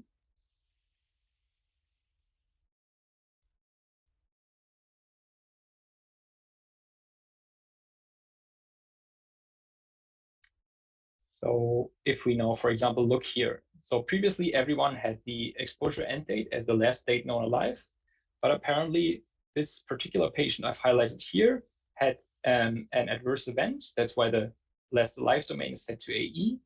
It was apparently the first adverse event because the sequence identifier is set to 1. And this is the actual date that got populated. And so if you could specify a lot more sources here. Maybe you want to take your lab measurements into consideration and some other domains, but we'll keep it at that for the moment. So out of 2 data sets, we specified 4 sources, basically meaning 4 dates to take into consideration. And that's how we populated our last date known alive for this patient. And we'll actually make use of that in the upcoming data set, where we will look at something related to time to event. But that, I think, concludes what I wanted to show for ADSL. Just for completion, I'll put in 2 more steps here. So this should look, I think, familiar from what Christina showed. Maybe we skipped it, but we'll take what we created here. Then we'll just order the columns based upon how they are ordered in our spec document. Then we'll set the variable labels as they have been specified in the spec. Then we'll check our control terminology. So is any value we have specified not within the control terminology? If that's the case, we would get an error. And then we make sure that we only include variables that are in our spec, so that we don't have too many. Maybe we have a temporary one, but also that we don't have too few. And so let's see what this returns. So you can see I skipped apparently one thing that is in the script, which is creating baseline BMI. I won't bother about creating that here, but that just goes to show that this function actually works.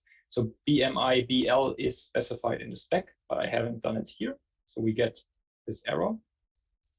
So I'll just run that again and not use the check variables to get this ADSL object. And then exporter, we'll label things again, we'll label the actual data set, and then we'll write it to file as an XPT file.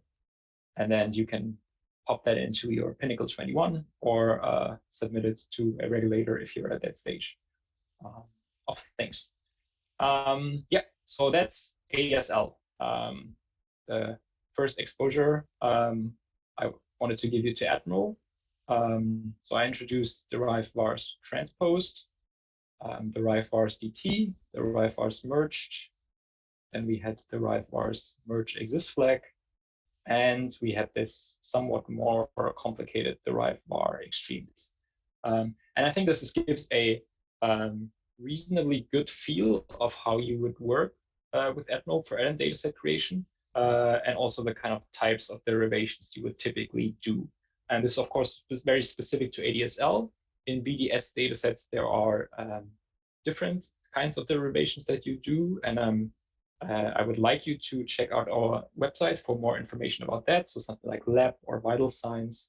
But this is good enough for first exposure, and we'll jump to time to event in a second. But maybe this is now actually a good time to pause and see if any of the questions that were asked on Slido couldn't get answered, or maybe there were particularly good questions we'd like to answer here for everyone on the call. Yeah, so maybe Alice, Christina, or anyone on the call, feel free now to ask some questions. I'm going to come on mute for 1 second and just say that if you are getting an error where it's where like all of your character values are missing or some such thing for some of your variables, which is causing various variable problems, that is a known bug with an exporter. It's been reported. It needs to be fixed. What you need to do and like I've kind of fixed it in the specs, but I think it didn't get carried over. So what you need to do is you just need to remove the line 60 and 61 from the Metacore R1 script, the type and length, particularly the type script. So 60, it's converting the type incorrectly, and that will solve all of your problems. But I saw that problem come up for a couple of people. So sorry, it's a known bug. It's we're working on it, but that is an issue to resolve. So if that's your issue, then that is the answer. If you have other issues, please raise your hand and I will allow you to talk. So still an issue? Okay. Someone put their hand up. Hi, I don't know if I'm on mute. Oh yeah, there I am. I'm just I'm a very beginner R programmer, so I'm just running the sample code in that's been provided. So I get down to about the create. Let's see, where I'm starting to create the baseline characteristics around row 25 there in the sample code, and I'm getting an error about use subj ID being float or Yep, something. that's that error. So what you need to do is you need to go back to O1. It's because we overwrote the data set that was initially there. Well, thank so you you. need to go back to O1 and see on line 60 and 61 how Thomas has commented those There we out. are. Okay, all right. If you just comment those out, that will solve your problem. But yes, it's a known issue. So sorry about that, everybody. Thank you. I missed that on the previous explanation there. Thank you. Nope, that makes perfect sense. So it looks like we have a couple questions. Most of the questions in the Slido right now look to be associated with the incorrect type error. But there is a question, Christina and Thomas, about, oh, it looks like it might have been removed and I didn't have time to read it. But it was asking about the ability to repeat code like macros. They're wondering if, let me see if I can find this. Yep. I already responded to it, Ellis, but okay. Basically, I was gonna say, do we want to bring it up to the larger we can bring it up to the group, and basically the idea of a macro in R is the equivalent to a function. So the three of us here who are speaking today have written functions, and we're so proud of them. We've put them in a little package for you, and so that you can have them like a present. But you don't need to put things in a package in order to have a function. So anyone could write a function. You can write a function anytime, and there is lots of stuff online about it. I would highly recommend the Introduction to Data Science book that Hadley Wickham has, which has examples that walk you through a bunch of stuff that are really a great place to start when looking to do kind of some of that stuff. So yes, you can totally do that. R has basically all of the same functionality as SAS, and so that shouldn't be a problem. I've shared a link in the chat for the R for Data Science book. That is a fantastic resource for everybody that is a beginner and wanting to kind of see how R works and how they could use R for data science type work, which is functionally what we do. And there's one question in the Zoom chat, and I'd like to remind everybody, if you can, post your questions on Slido as opposed to the Zoom chat. That's where we're monitoring. Obviously, we see the ones in Zoom chat, but we want to have a record of them in Slido. But what are the advantages of using R over SAS to create SDTM and Atom data sets? And Thomas, since you've done so much work on this, I feel like you are very well equipped to answer that sort of question. Yeah, it's the question people always like to ask. It's obviously very opinionated in a way. So I don't want to start any language wars over here. I just think I will answer it very broadly. I think what we have with the Farmerverse and all these packages we've shown here that are developed by different players within the industry collaboratively, I think that's very unique in our industry. I think so far we did use a proprietary language and everyone built on top of that their tools in-house. And I feel that with the shift towards R, and R being an open source language like Python, for example, people feel more inclined to also work together and put out open source tools. And I think ultimately that enables us all, by coming together on the table and collaborating, to develop tools that are much better than any single company could develop. So I guess in theory, you could do that in SAS. I think the historic experience has shown that this did not happen. Now there is kind of a shift towards R within the industry, and it's kind of refreshing to see that people then don't continue using this previous mindset of saying we'll just develop everything in-house, but coming together and developing jointly. So it's sort of answered the question. It sort of doesn't, and I'm aware of that, but I'll leave it at that. That's totally reasonable. So Thomas, I'm forgetting, is 03, are you doing code set 03 now, or are we going to go to a break?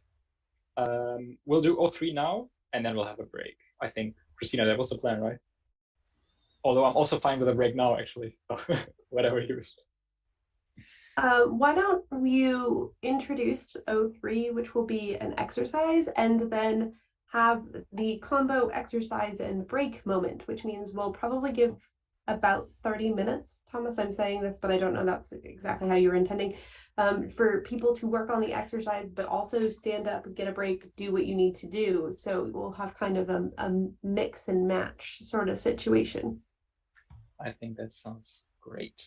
So let's close everything we have on screen right now.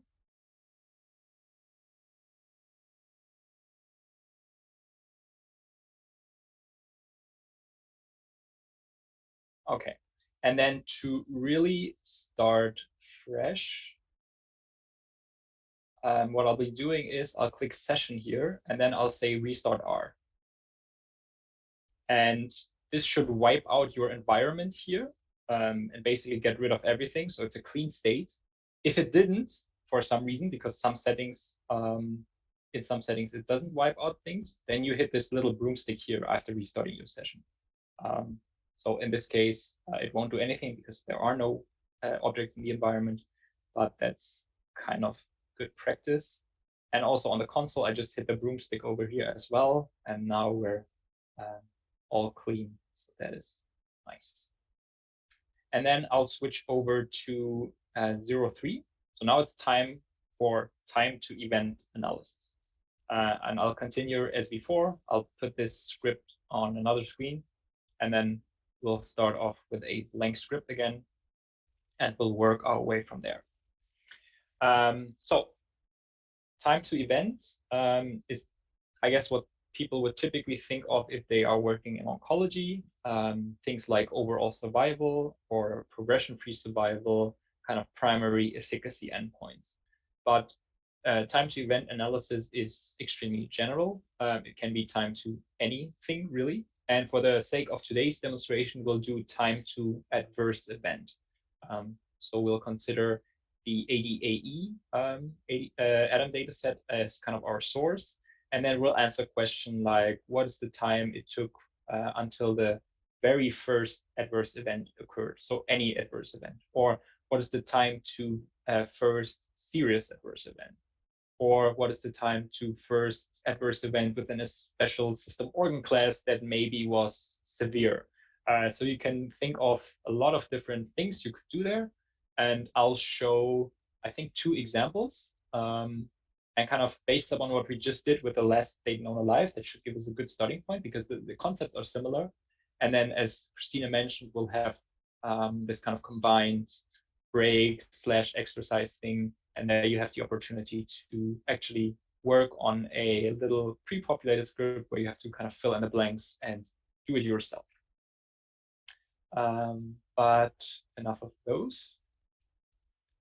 So we'll start off, as always, loading some packages. And I think that should look more or less the same as we had previously.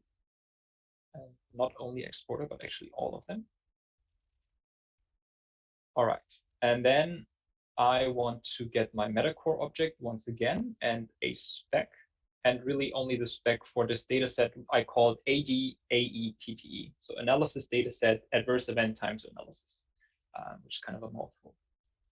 And then we'll take as input our ADSL we created previously, and then an ADAE data set I created in another script, but which is part of this repository we're working on.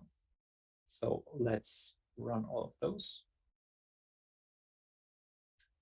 All right, and then the first thing we'll do is we'll just kind of get all the predecessors from ADSL. So this should look familiar from the first section we had today, built from the Rive from MetaTools. We'll pass in the spec document and we'll pass in ADSL as the single predecessor. And now we'll use it only at the end because the workflow for ADAEs or for TTE is a bit different. But it's there now, and if we print it, we'll see we'll have all the 200 subjects we had, but I don't think we have all columns that are on ADSL. So there's only a couple of those we specified that should be taken over as part of this ADAE TTE dataset. Okay, so in general, for time to event computations with Admiral, you need 3 things. You need to specify sensor source. So that's basically if the patient did not have an event, what should we take as the kind of date of interest? Then we actually want the event source. So what is really the event of interest that we're looking for? And again, just like the date source we had on the previous ADSL example, these don't do any computation. They just create these kind of blueprints you would feed in to the function which does the computation. And that is this derive param TTE. And because it has param in the name, it's kind of different than functions we used until now. All the functions we used previously created new columns, and this one actually creates new rows or new records within your dataset. So sensor source, event source, and actual computation based upon these source objects. And so the very first thing we'll want to do, let's write that here as a comment, is time to, and then the important word here is any first adverse event. So we don't care about the severity, the seriousness, or the kind of adverse event, which preferred term. We basically want to know from our reference date, how long did it take for the patient to develop their first adverse event. And so we'll start off with the event definition, actually, because it's kind of simpler. So we'll call it any AE source. And let's pull up the help page again to help us along the way. So this has sort of the same arguments as the date source. So we'll kick things off with the dataset name, which is AE. Actually, it's ADAE because we use the Adam dataset as source. You can see there the second argument is filter. Because we're interested in any AE, we'll leave the default, which is null. So it considers everything. It doesn't filter the dataset. The date to take into consideration is the analysis start date. And then this set values 2 will ignore for the moment. So let's create this object. And if we print it out, it looks again similar as previously, just kind of the stuff we specified. So the string ADAE, the filter null, the date, but then this sensor thing pops up. And if you know your CDISC standards, you know that events are supposed to be indicated with a 0 and kind of sensor stuff with 1, 2, and so on and so forth. But the events with 0, and we kind of enforce that standard in Admiral by setting this to 0 without the user having to specify it. And now we'll do the same thing for the sensor source. So last alive sensor, we call the variable. And this has, or should have, more or less the same arguments. So dataset name. So we, as the censoring, we take the last date known alive we had previously calculated. So that sits in ADSL. We don't need a filter, but we need a date, and that's just the variable we previously created. And so you can see you can specify sensor. By default, it's 1. You can have multiple censoring, and then it's sometimes interesting to know which happens. So that you could also specify 1 for one sensor and 2 for the second. We'll just leave it at 1. And we'll create that. And that looks again more or less the same as the adverse event definition. But again, no computation happened at all, just specifying stuff. And now it's time to create the actual data set. So we'll call it ADAE any AE because it will only consider this single parameter.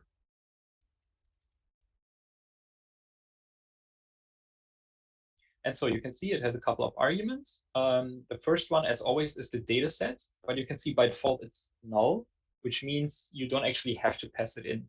If there is no data set, which is typically the case when you create your first parameter, then it will just go ahead and create a new one. But then you can pipe that first create data set into a second call to derive param TTE, in which case it will take the first data set, it will calculate the new parameter, and at the end stack them on top of each other because it's like a long data set time to event.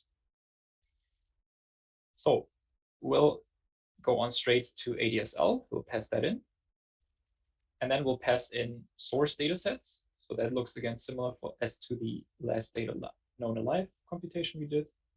And right now it's a short list. It's just ADAE. Byvars we can ignore. That's kind of a bit of an advanced feature. And now it's time. What is actually the start date we consider from which to calculate the time to event? If you're like doing efficacy analysis, it's probably something like your randomization date. For today's demonstration, we'll use the treatment start date. And now you can see we have event conditions and sensor conditions. And as the plural in the name suggests, this can be multiple things you can feed in here. We'll keep it simple and will just be one. It will be a single event condition and a single sensor condition. But you have to pass in a list of things. And if it would be multiple, you would just put a comma here and then add the second thing to consider. So similar thing for the censoring. Put in the last alive sensor. And then there is another thing we have to set, which is the set values to. And I will get to that in a second. So for the moment, we'll just set it to null. And let's run this.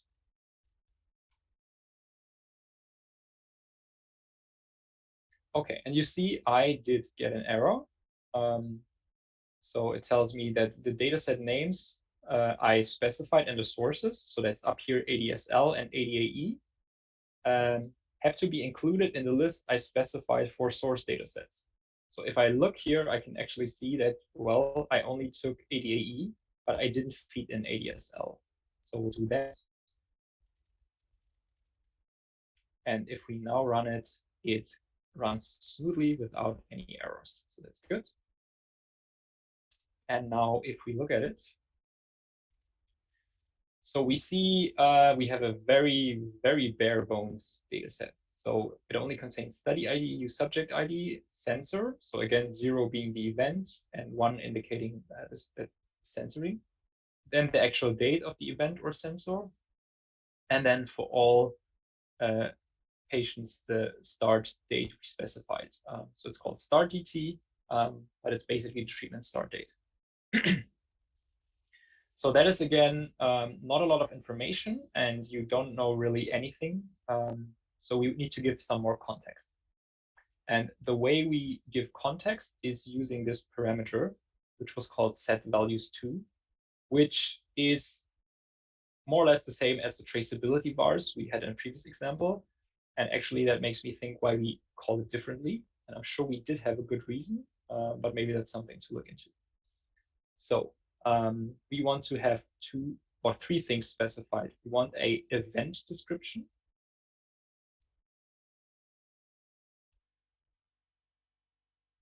We want to know the source domain that the date came from, and actually the source variable where it came from.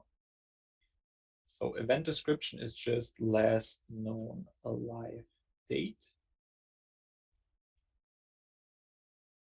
Source domain is ADSL, and source variable is last alive DT. So we can specify that.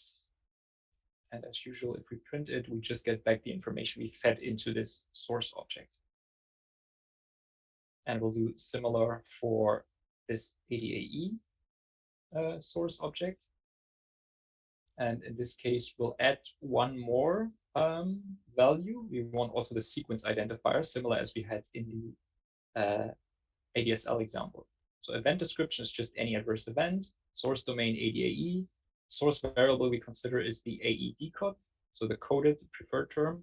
And then the sequence should, or the sequence number should be taken from the value in the column called AEseq.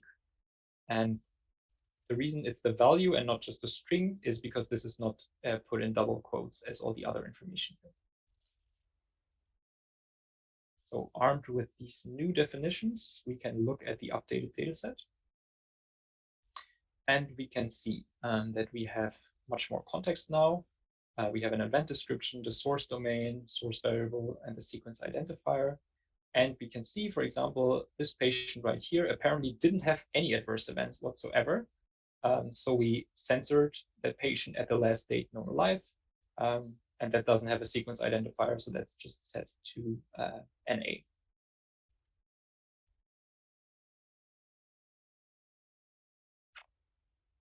Okay, so there's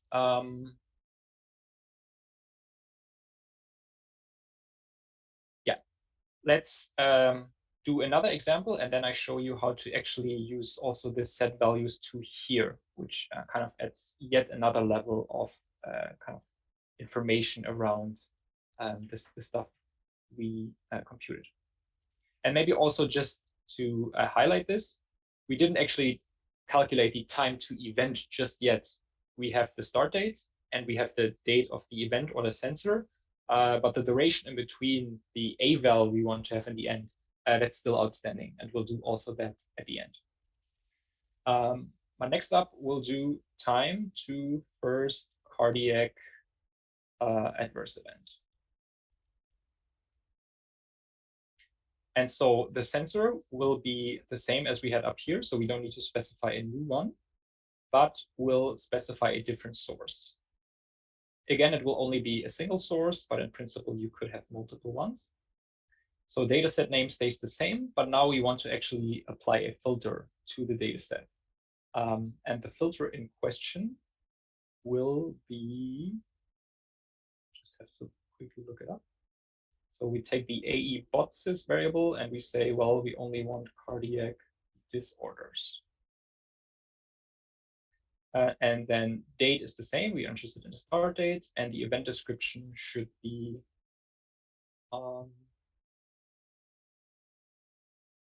yeah, let's do just cardiac adverse events or cardiac adverse events.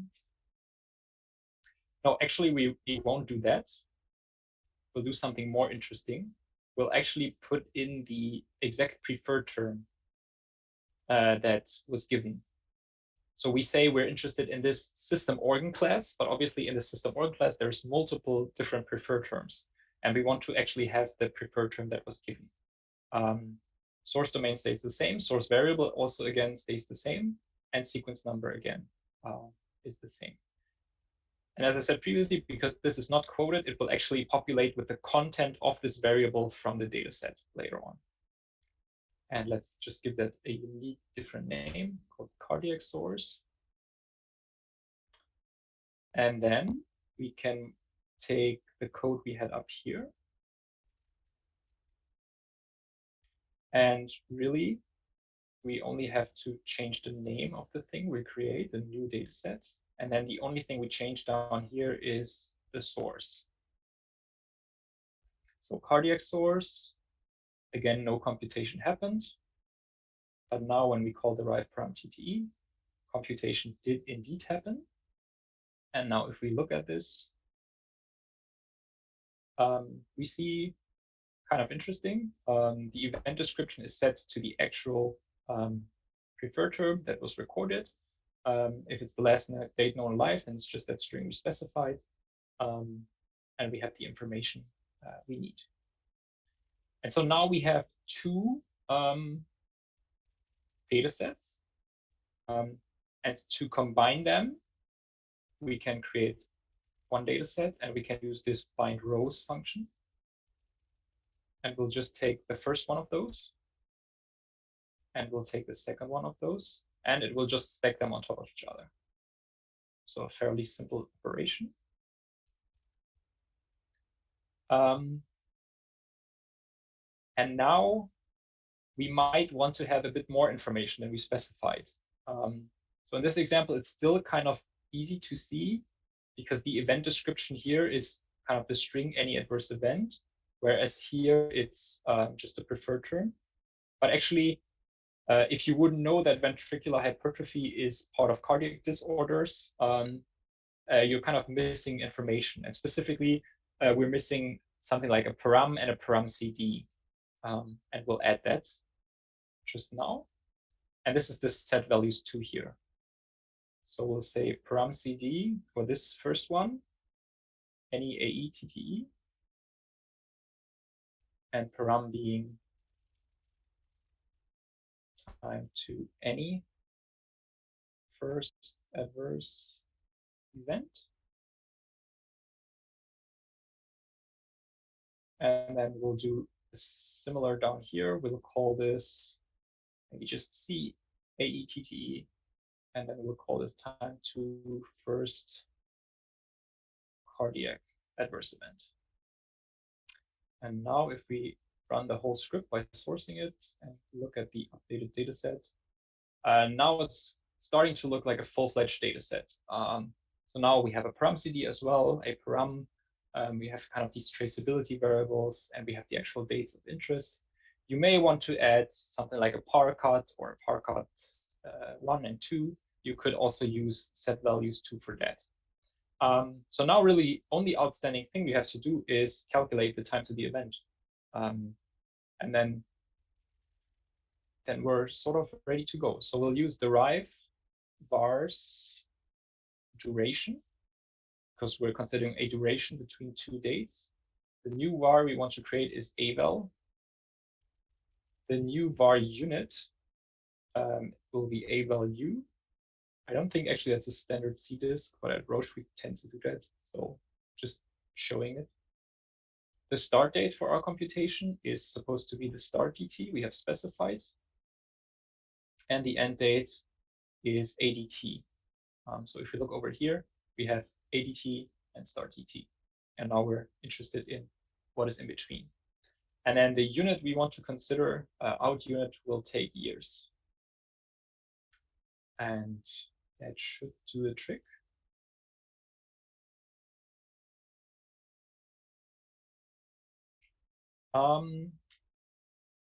Well, sort of. It did calculate the difference between those two, but as you can see here, it got me. Oh yeah, it got me years because I specified years, but I actually wanted days. So let's change that up.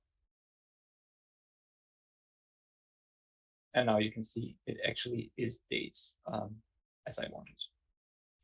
So that's that. And I think we can leave it there.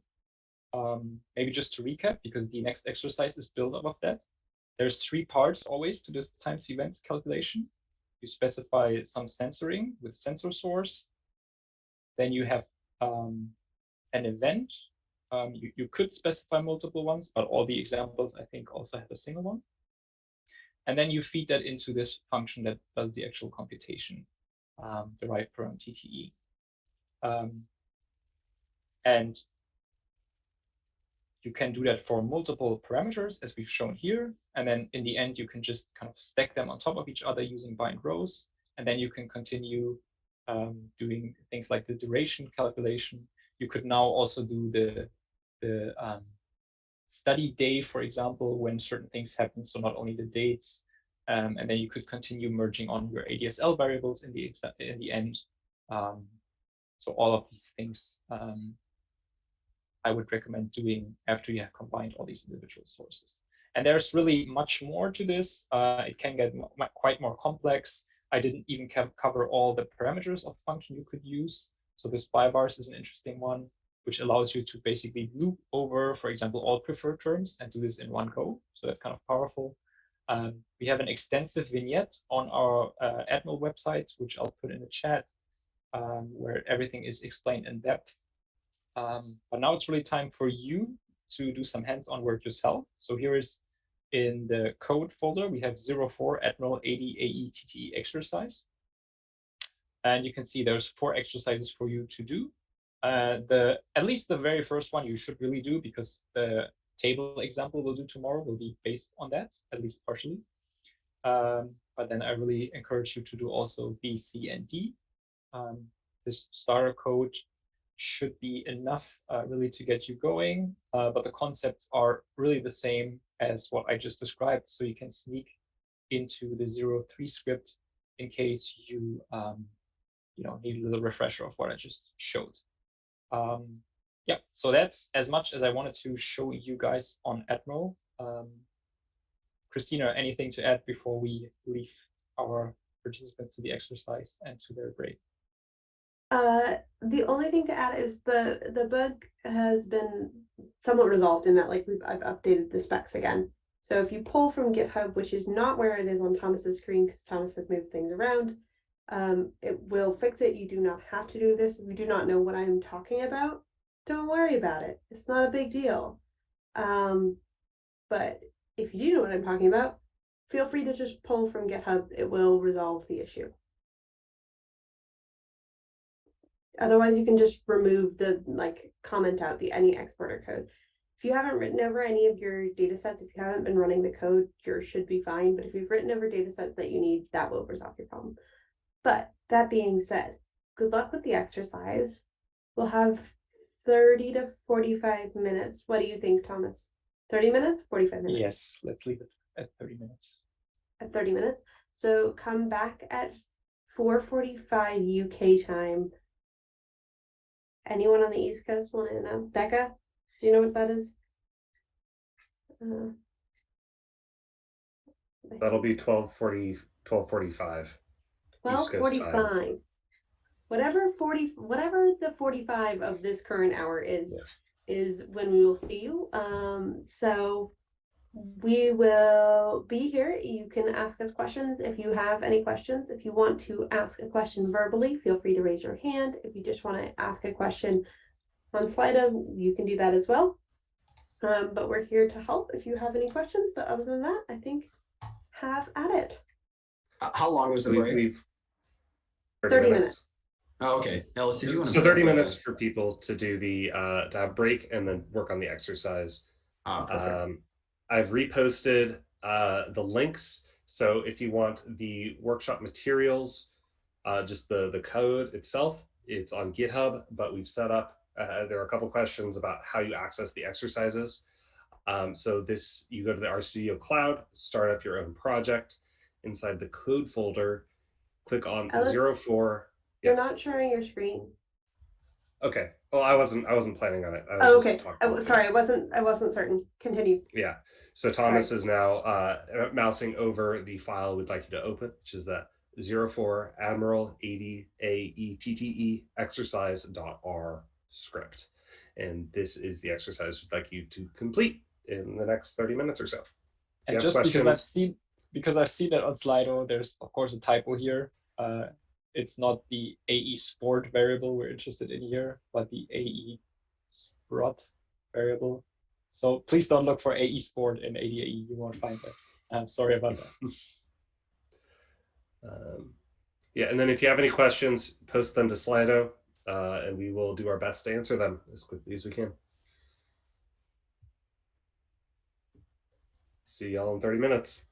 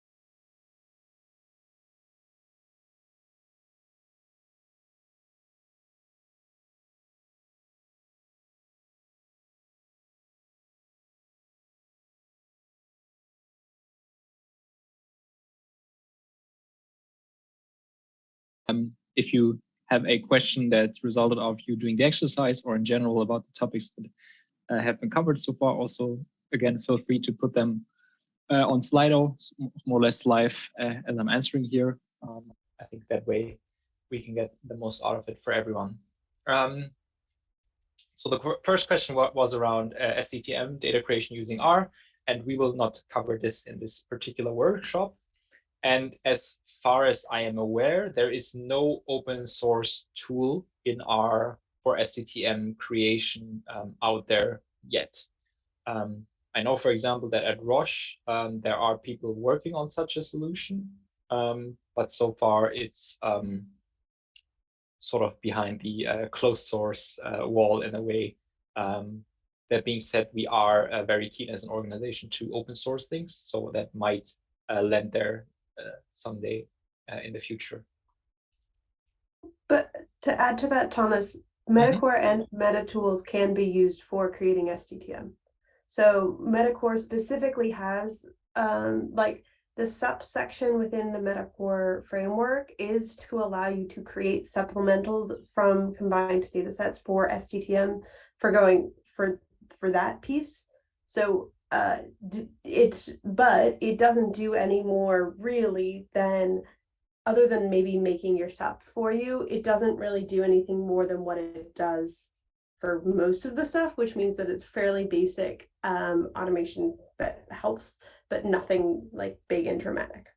So yeah, I guess then similar to what we've seen today with Adam, where you can kind of get a good first start, and then you have to leverage other tools for the rest. Yeah, so that's good.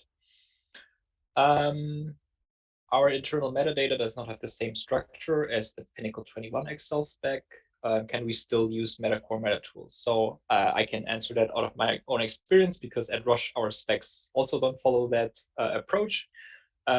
If you dig into the documentation, you will see that, or you will learn how to build kind of a custom read function that takes your spec in whatever format it is and puts it in a Metacore object. And we have created such function at Roche, and Christina was,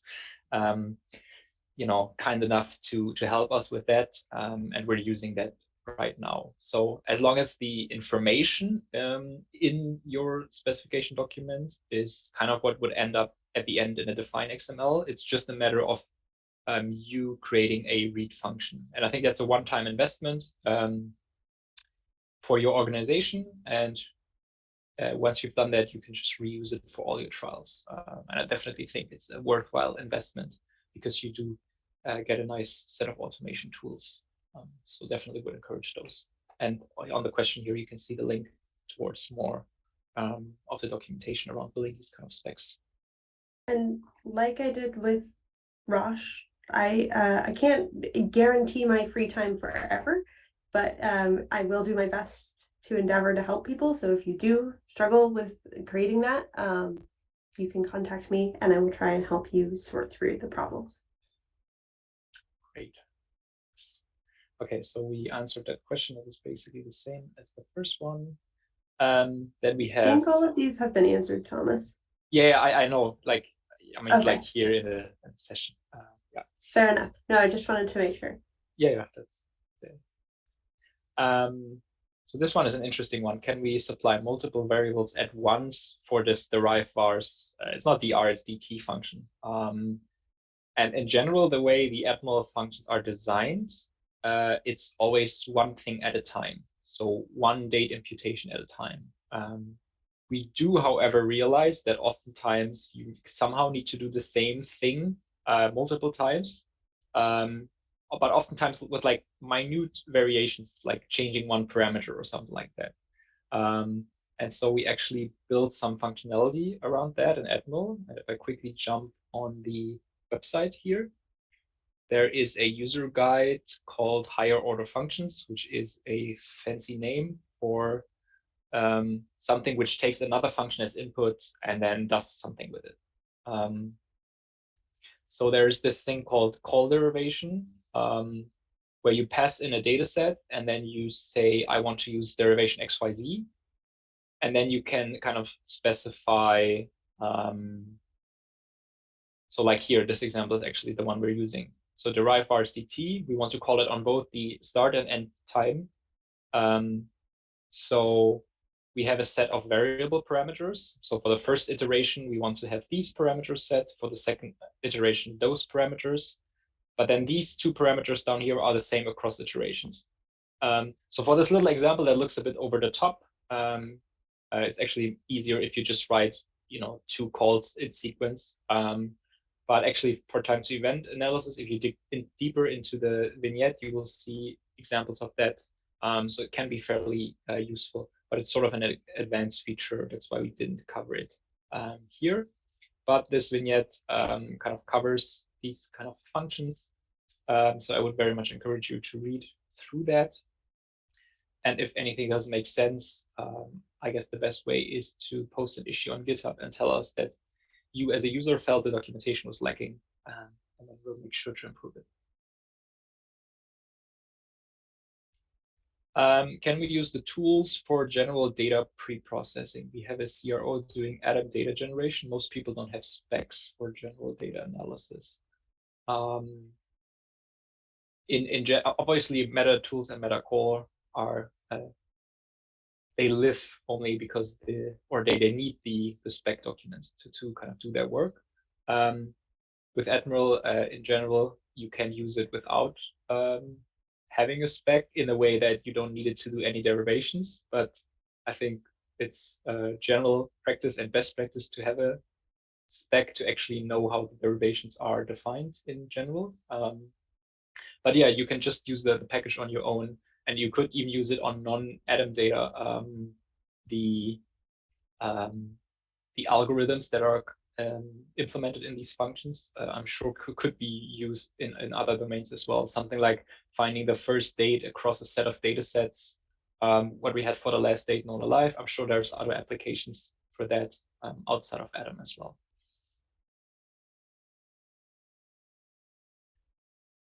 And then this question is around when do we actually use Admiral versus Meta Core and Meta Tools. I would say everything that you can get done with Meta Tools and Meta Core, use that because that makes your life easier down the road. I think we covered kind of a lot of the examples. So just deriving all your predecessors that you need, which is kind of just an assignment from a source data set. We had this code decode example, and so on and so forth. So everything that you can do in using these kinds of tools, and once it gets a bit more involved in terms of the computation behind the algorithm, try to use Admiral, and you will find cases where that isn't enough either, where you need maybe a custom function to do a certain derivation that is specific and not implemented in Admiral yet.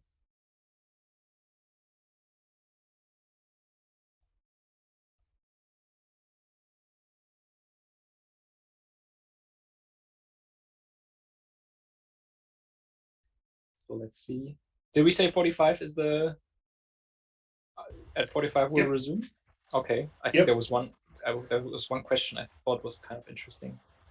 Yes, this one. So it's again very general, but I like answering these kind of questions, so I'll give it a shot.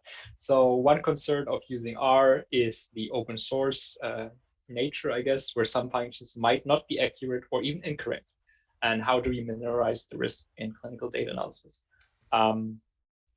Yeah, whenever you use any kind of software, even if it's closed source, there's always a risk that something does not produce the result that it is intended to do. So in general, you do have to do a risk assessment. And I just mentioned there is something called the R Validation Hub, which do a lot of work in that space. And Alice, I think you've created a great tool to help along that. So maybe you can add a bit on that after I do my little rant here. But I would actually say that in general, if the package is widely used, let's take something like the tidyverse of packages, which is used by, I guess, millions, if not tens of millions of people or data analysis around the world, I think you can be extremely confident that it actually does what it's supposed to do. And you can always inspect the source code, which you cannot do with proprietary software, so that's a big thing. And in general, I think around these kind of Farmerverse packages, and if we see things like multiple organizations collaborating on that, I think that actually leads to a risk minimization compared to developing tools in-house, because the development base and the user base, if you do it in-house, is smaller. And that in a way automatically means higher risk, because the likelihood of not detecting a bug is higher compared to when you do it out in the open, multiple people collaborate and multiple people use it. And also, we don't just write a function and put it on GitHub and that's there. We follow kind of good software engineering practices and test our functions. And you can see all those unit tests as well if you just go on GitHub onto the source code. So in general, I think you do have to assess risk, but I feel that just because something is open source, it's higher risk. That's it's not equal. I actually think most open source software is more reliable than closed source. And if you know that 95% of servers out there run on Linux, which is an open source thing, and I think we kind of trust our servers out there, so it's a good example. Yeah, so I'm an advocate. Over to you, Alice. Yeah, I think you touched on a lot of the things that I would want to bring up. I mean, yeah, open source doesn't necessarily mean less accurate or incorrect. If anything, as you said, Thomas, there's more vetting that happens of open source tools because you can look at the code. So if you're ever questioning the results you're getting, you can actually open up the code and go, all right, what is this doing? Why is it giving me this answer versus what I expected? And you can't necessarily do that with closed source software. And then as people that are developing on open source tools, we can enforce our own code standards, like review, enforcing writing tests to prove that it's behaving the way it's functioning. And like ultimately, it's kind of on you and your organization to prove the trustworthiness of any software you use. It is the organization's responsibility to show that the software is reliable and that appropriate testing has been conducted. Which that's not like me making up words. That is from documentation that I think those are wording from the FDA clarifying statement, which is also quoting from the E9 guidance on software. And so there's been a lot of really great work that's been done publicly on discussion on how you could approach using open source software and approach qualifying or validating, whatever your organization calls it. The R Validation Hub is a great place to start. They've written a white paper kind of explaining their philosophy on this. And so it's kind of up to your organization to figure out what risk you are willing to accept, and also working with experts to determine what the actual level of risk might be that you might be introducing by using the various tools. But ultimately, it's kind of, we can't tell you what to do. You need to figure it out for your organization, what you want to do.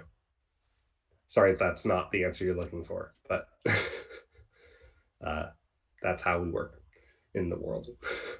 Great, thanks a lot, Alice. So there's a couple more questions that just came in, which I would like to quickly go over. And then I think the solution, I briefly touched on that. And then Christina, it's your turn again, or Alice, is it yours? It's me. Okay, so Christina, give me another 5 minutes. So the first one is, would it be possible to use raw data instead of SDTM to derive ADAMs using the Metacore and MetaTools and Admiral? So on the Metator and Metacore and MetaTools front, I'm not sure. I guess if you have a spec that relies on the raw data instead of SDTM, that should work out because the logic is the same. For Admiral, yes, it works because you specify like even if your date time character is not mapped to the SDTM variable, if the content is the same, you just tell it it's the variable name, use that as input, and derive something else based on that. So that shouldn't be a problem. It kind of what I said earlier, it's kind of fairly generic algorithms, and the functions should be well enough parameterized to allow for non-SDTM inputs. Is there any R package to convert C' to SDTM? Yeah, that's basically the question we had before. You can use some Metacore and MetaTools functionality, but I'm not aware of anything beyond that in R.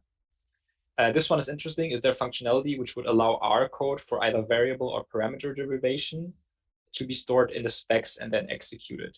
I'm not aware of that. I know that we discussed it in Admiral at the very early stage, and we felt that putting executable code in a spreadsheet and basically programming in a spreadsheet is not a good idea. So we did not opt for that. What we instead opted to do was to create templates for different Atom data sets. So if my project here resumes in a second, I can show you that Admiral offers templates for various data sets, which kind of gives you a starting point. And you could certainly build templates that are specific to your internal specifications and save them within your organization. But if I do Admiral list all templates, you can see this is the list of templates that come with Admiral. And then if I use this function, use AD template, and for example, say ADLB, it opens up this, this file here, which I can save. Then it pops up here in my environment, and I can, again, open it up here. And that gives you kind of a starting point on how you would go about the flow of deriving a certain Atom data set. Is there a way to convert SAS macros into R code? I don't think so. I think at least at Roche we have a tool to call SAS from within R, like via the command line.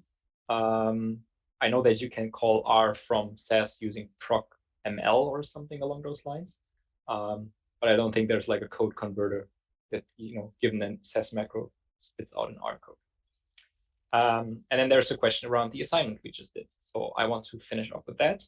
If you go into dataset code, no, actually into code in your project, and then into answers, you will find here a script that is 04 Admiral AAE TTE exercise, which gives you the answers for the exercise that I just had you guys do. So I will not go over this here.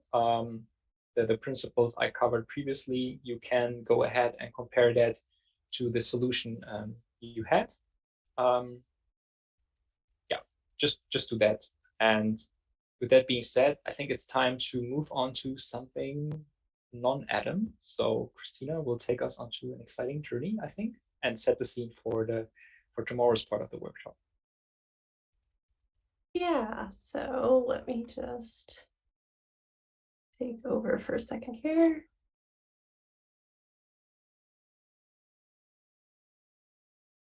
So I just want to make sure, quick question, for those who have their hands up, are their hands up just because of the previous, you were just saying you were done with the exercises?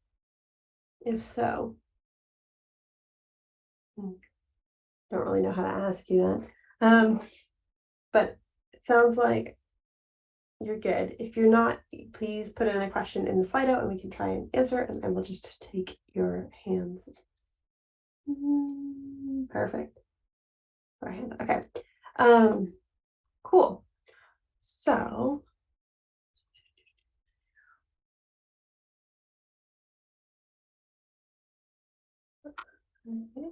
just move that from. Okay, good. Can you guys see my screen? Yes. Yes. Perfect. So Celsius plans about this workshop up top, but so what we've done so far is we did our atoms, right? We made the little atoms, and now it's time to move on to doing some analysis. So to do the analysis, we are going to in fact use tflyr, which is tflyr is a package developed by Taurus. So it's not being maintained by one of us here, and it works kind of like cake. Bryn, just use this cake analogy for a bit. So it works by layering groups of descriptive statistics. So when you think about most of your tables, they're kind of oftentimes layers of things together, whether it's like in this example, age and sex, or they could be just, you know, the same different lab parameters at different visits. Whatever it is, that's kind of how we do things here in pharma. So most of our tables are these kind of layers, and you can kind of think like cake, there's two main flavors. You have your chocolate and your vanilla. So for the chocolate, you kind of have these group counts. So group count layers are going to be any layers where you take a categorical variable, in this case, sex, male and female, and you just count the number of people in it and then get the percentages. That's kind of like the general basics of how you do those group counts. For the vanilla, you have group desc, which is the group descriptives. So these are going to be doing descriptive statistics on your whatever continuous variable you have, whether it's mean, standard deviation, median, min, max, quantiles, all those sorts of things tplyr can handle. So because it can handle these wide variety of things and put things together nicely for us, we like to rely on it. So the other thing about it is you are able to control the what you want within each layer. So you can say, for instance, within this layer that you want the n's and percents, and you should be counting on distinct subjects, where here you might not have the distinct subject count and you want to make sure you're calculating only mean and standard deviation and nothing else. So tplyr has the flexibility to allow you to kind of do all of those things that you would want, which can be super helpful. So the basics of, just because I go back to kind of this scene again, the general purpose of tplyr is to create these standard descriptive statistics for ADaM datasets. It's been on CRAN for about 2 years. It's fairly stable. There was a newish release fairly recently, but it's pretty stable. The common functions that we're going to use is tplyr table, which sets up your table. Think of it like a plate that your cake sits on. And then you are going to have add layer to add different layers of your cake. You have group count and group desc for calculating count-based descriptive statistics and continuance-based descriptive statistics. And then we're also going to maybe look at things like add total group to add total columns, and then the get numeric data to get the data out of the table, and finally set distinct by, which lets you set the counts. So all of that being said, now let's go back to our RStudio. So again, I'm going to just go through some of the questions that we have. And this time, instead of looking at 04, I think is what we were last on, we're looking at the descriptive statistics 05. So once it loads up. Perfect, Christina? perfect. Yeah. Could you close the left-hand panel? The RStudio Cloud. Yeah, just fix that. Perfect. Thank you. No worries. Okay. Are we all good? So we're going to do the demog calc. So what we're going to do is we're going to make a demography table. So we should now have the ADSL thing. So we're only going to pull in 3 data sets this time: tplyr, dplyr, and Haven. When we load this in, and then we're also going to read in our ADSL. ADSL should look like this. It should have all of the variables in it that we were thinking about before. Seems pretty good. Great. So if this is what your thing looks like, good. If this is not what your thing looks like, bad. Okay. So now I'm going to delete all of that and then write it all out again for you. But so we're going to start by setting up a table. So we're going to take our ADSL and set up a tplyr table. So tplyr tables, take in a tplyr table. Yep. And the first thing it wants is a target. And so what that means is you can think about what you're really grouping on. In this case, we're going to group on the treatment 01A, so the actual treatment. So we're going to do PRT 01A because that's what we want. We also are going to use a quick flag here. So this where equals option allows you to set a flag. For instance, maybe ADSL had subjects from screening in it, and we didn't want that, or you wanted a particular population. In this case, we're thinking about the safety population. So we're going to do the safety flag, and we're going to say where that equals yes. So when we run that, it looks like this. So you get this thing out, which doesn't look like much, but it tells you a lot of information about the table you're trying to build. It tells you from the basic data set that is being used, what that looks like. And it also lets you know what the grouping columns are going to be, and so on and so forth. So that seems pretty great. The other thing I said that we're probably going to use is we're going to use the add total group. So we're going to add total group because we also would like there to be a total group rather than just that. So when you look at this, again, looks pretty similar. The doesn't really change much. So it just adds this little total here to your groupings. So that is going to be our table setup. So pretty great table setup, probably what we need. So now we're going to take this table setup and we are going to add a layer to it. So in this layer, we're going to make it a group count. So what that means, remember, is that we are going to look at calculating things that are count variables. So we're going to kind of match what we did in the example that we were looking at before in the PowerPoint, and use sex. So we're going to put sex in and we're going to put a byvar here. The importance of having this byvar is it helps add the labels that we want potentially in the future. So when we run that, we get something that looks like this.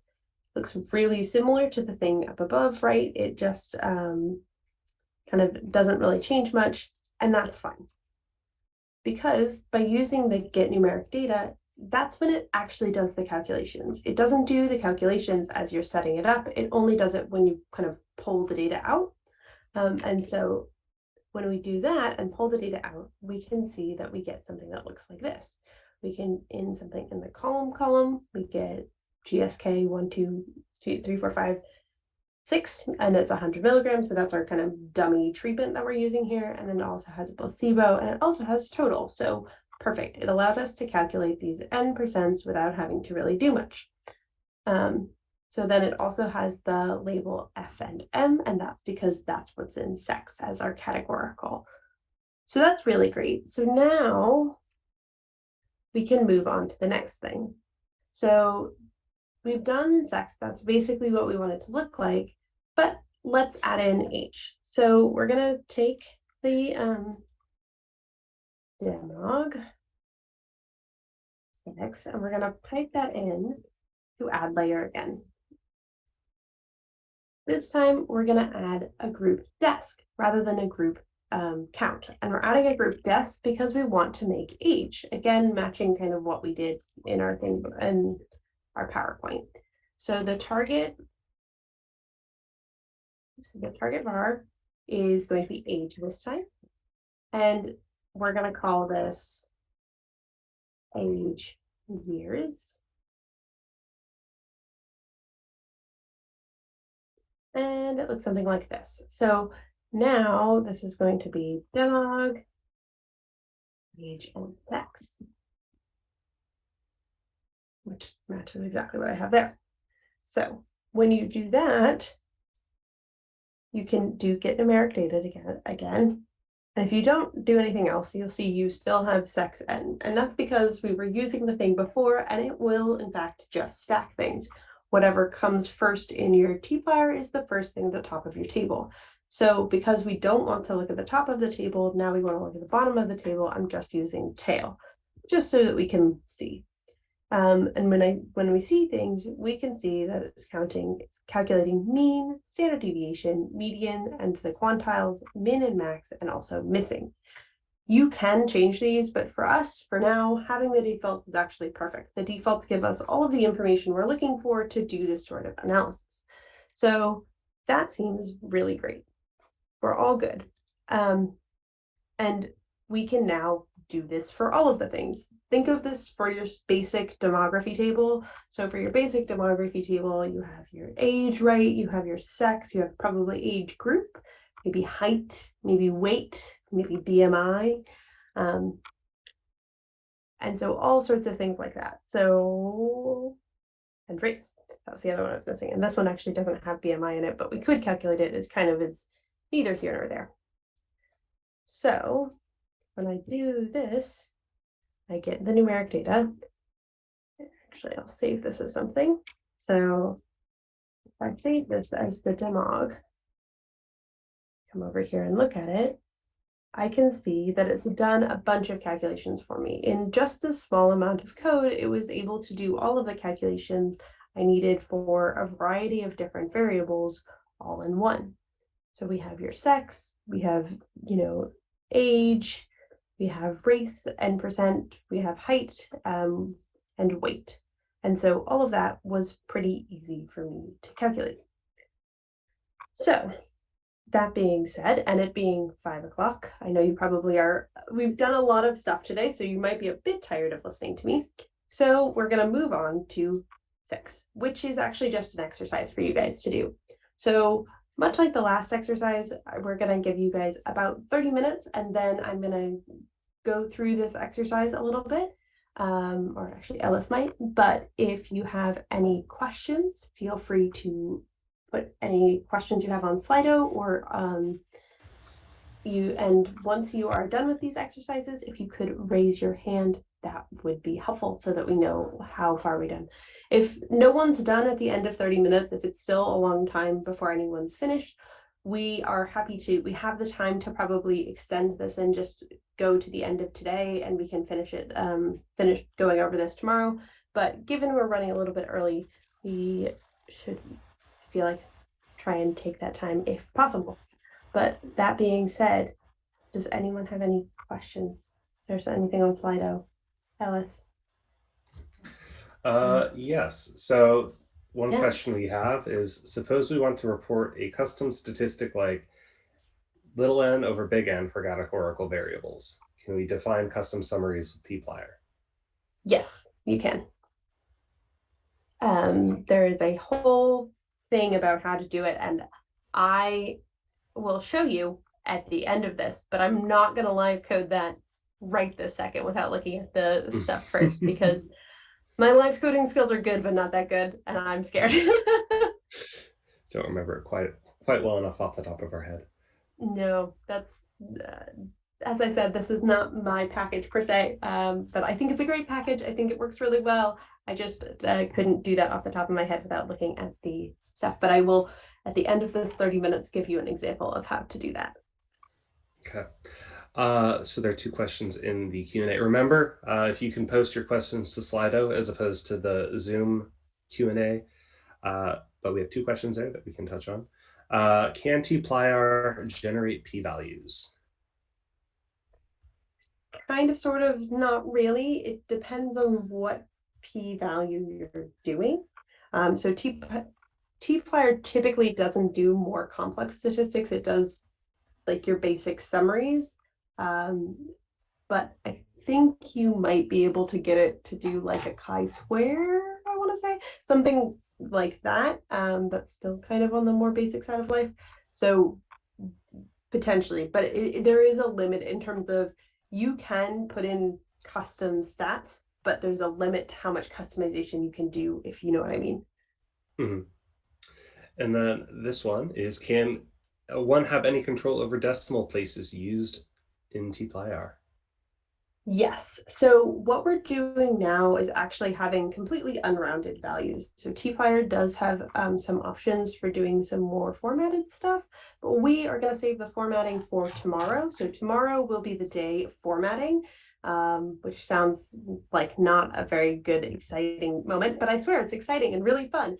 But that will be mostly, so we're going to focus on table formatting and building out tables tomorrow. Today we're just looking at kind of some more of the raw data. Mm-hmm.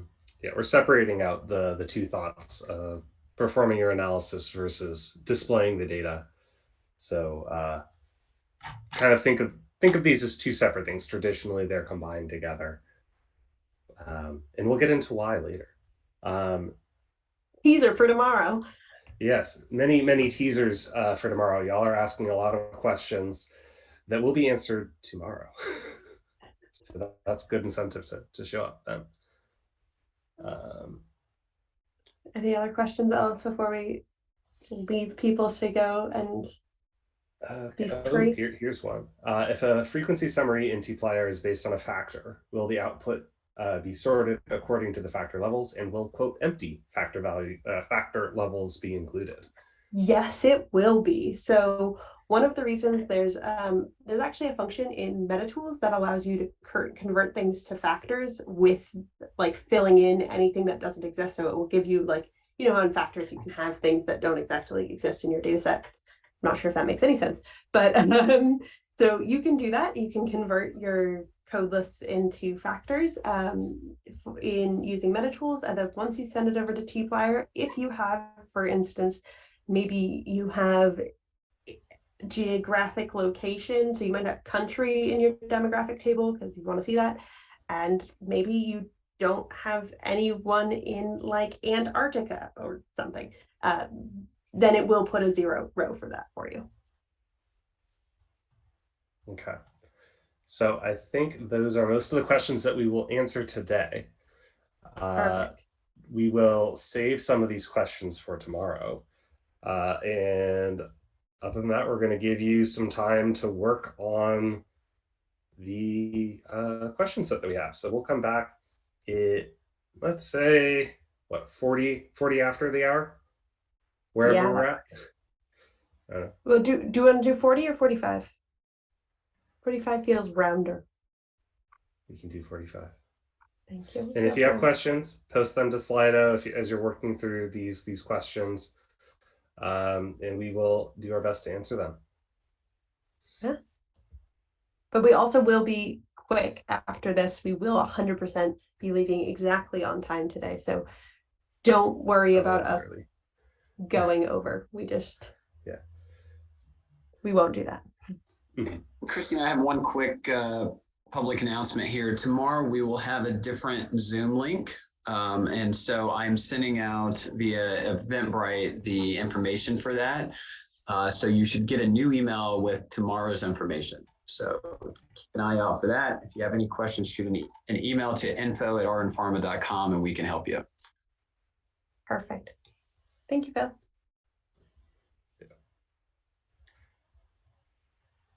And if anybody has any general questions around what we've covered today, feel free to post those as well in the Slido.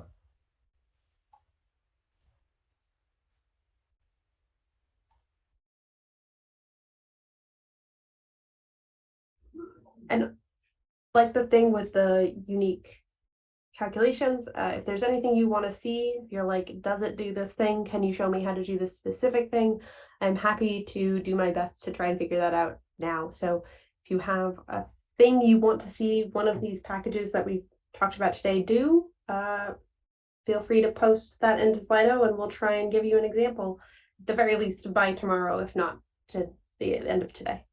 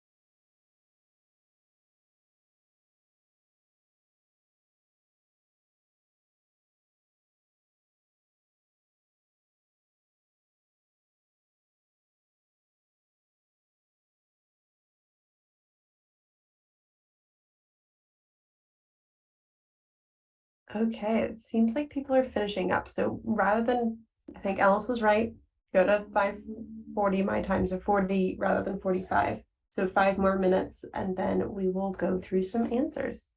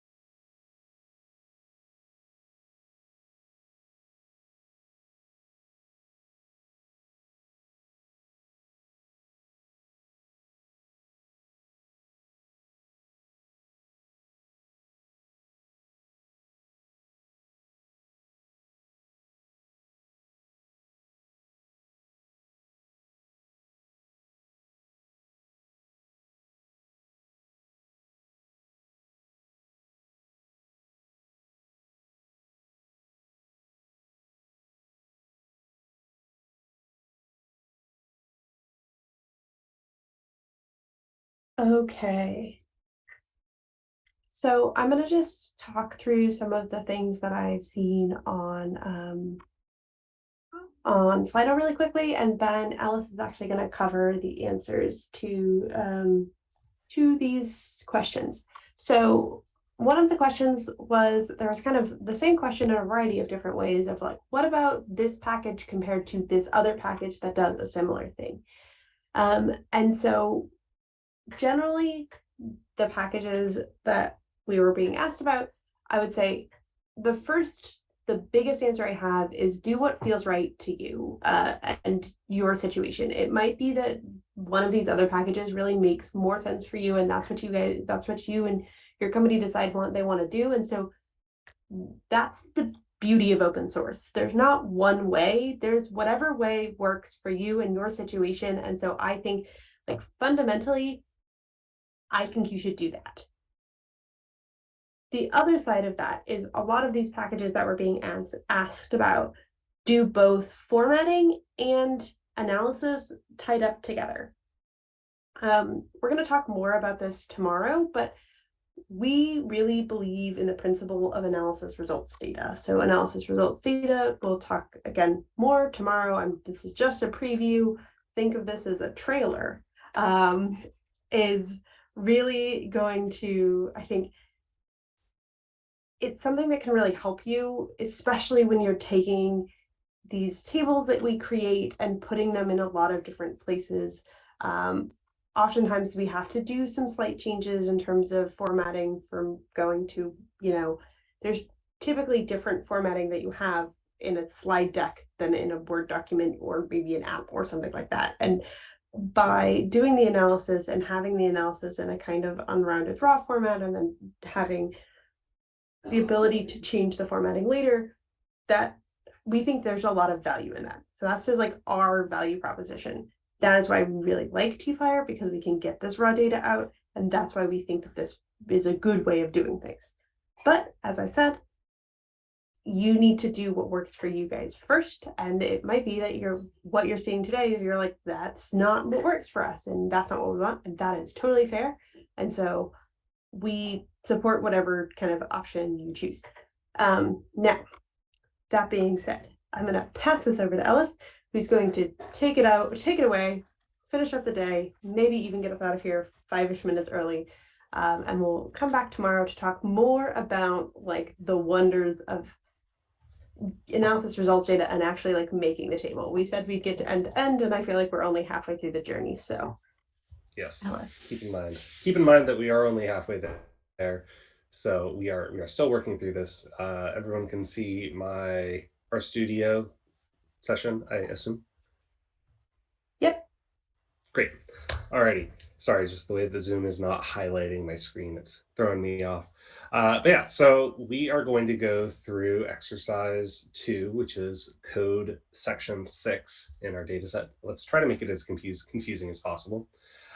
So we're going to be loading in our libraries tplyr, which is what we were working with, Haven to load in our XPT data, as well as dplyr for us to have pipes realistically. We're going to load in our ADSL and ADAE data sets. You read it using the read XPT function. Of course, that was already provided to you. Now we're going to work through this first problem, which is calculate the number and percentage of unique subjects with at least one AE by AE BODSIS, AE term, and treatment. And the hint is that you'll need to use multiple targets in group count. So what you were provided is, take the tplyr table. We're going to use the ADAE data set, and we're going to be grouping by the TRT01A. And then we're going to add in the set pop data ADSL, and that way we know the full number of participants in our data set. So the answer that we need to do is we're going to want to add a layer. Remember, tplyr is all about layers. We're going to add a layer, and we're going to use group count. We're going to use group count because we want to get these are categorical, and we want to, for our target var, look at the vars AE BODSIS and the AE term. So this will then calculate across every combination of the AE BODSIS and AE term that counts for us. But now we need to tell it what we actually want it to count by. And we would want it to count by uSubjID, so that way we calculate for every subject that had an AE BODSIS and AE term, but it's possible that a subject appeared multiple times. And what we really want to know is how many unique individuals had this combination of AE BODSIS and AE term. So you use the function set distinct by. And so now when it calculates this layer, it's going to be calculating for every combination of AE BODSIS and AE term, how many unique times did the USubj ID appear. Finally, we're going to run it through get numeric data, so that way it actually calculates all the values for us and gives it to us in a very nice long table. We're going to let it run for a second. And there we go. So now we have row label 1, which is cardiac disorders, row label 2, which is cardiac disorders but the higher level, so AE BODSIS.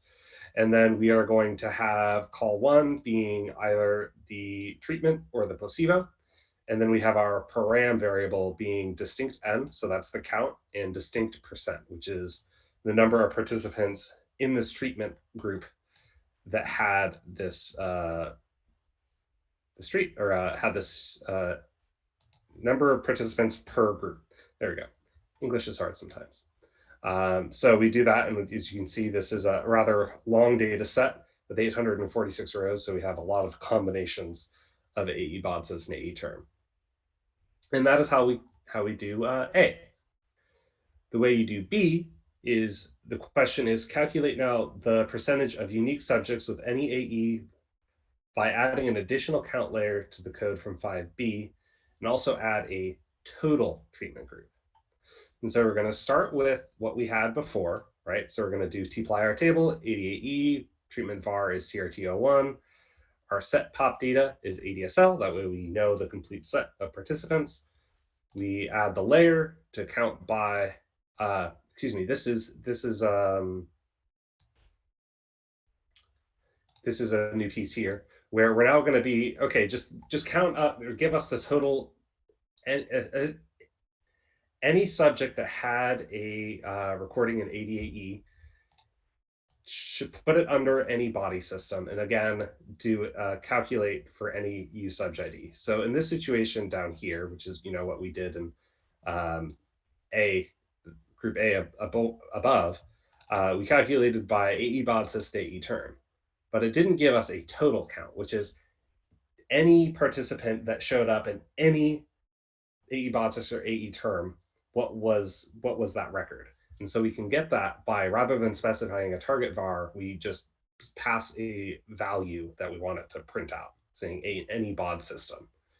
And then we're going to, in addition to that, do an add total group. And so this is going to add a total group to our output data set.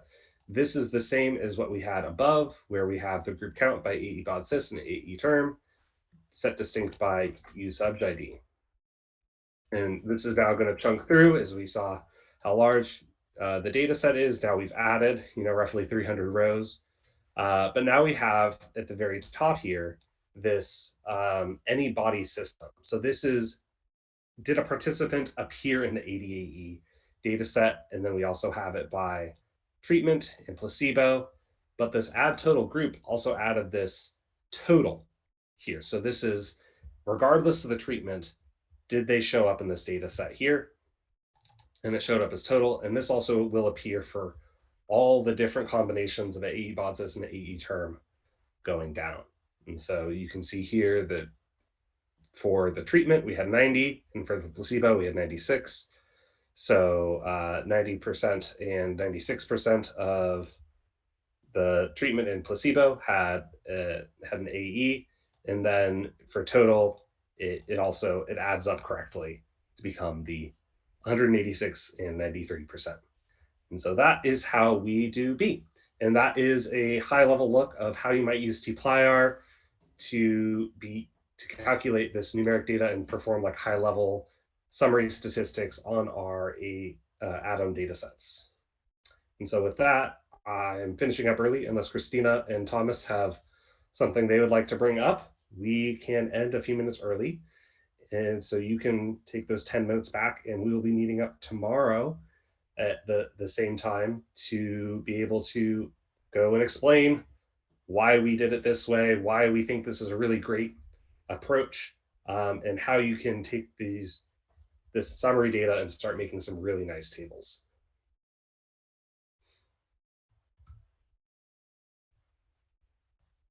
we can also stay on and answer any questions you all have. I will stop sharing my screen. Yeah, I was gonna just stay on and answer any questions, but I have the answer right. I'm just trying to copy something over for someone. I have, so to the answer that somebody was asking, to the question somebody was asking before about how to put in like an N over big N sort of situation. Let me just share my screen really quickly. The short and sweet answer to that is, like, we'll talk, as I said, we'll talk more specifically about it later, being tomorrow, but for now, the answer for now is by adding this total row column lets you have a total in your row.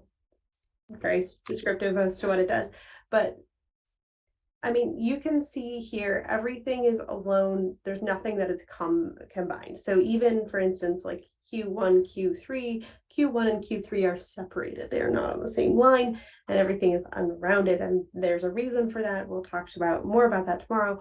But in this case, you now have your ends, and so you'll be able to do some of those ends tomorrow, but not today. So that's that piece. But sorry if that was super quick.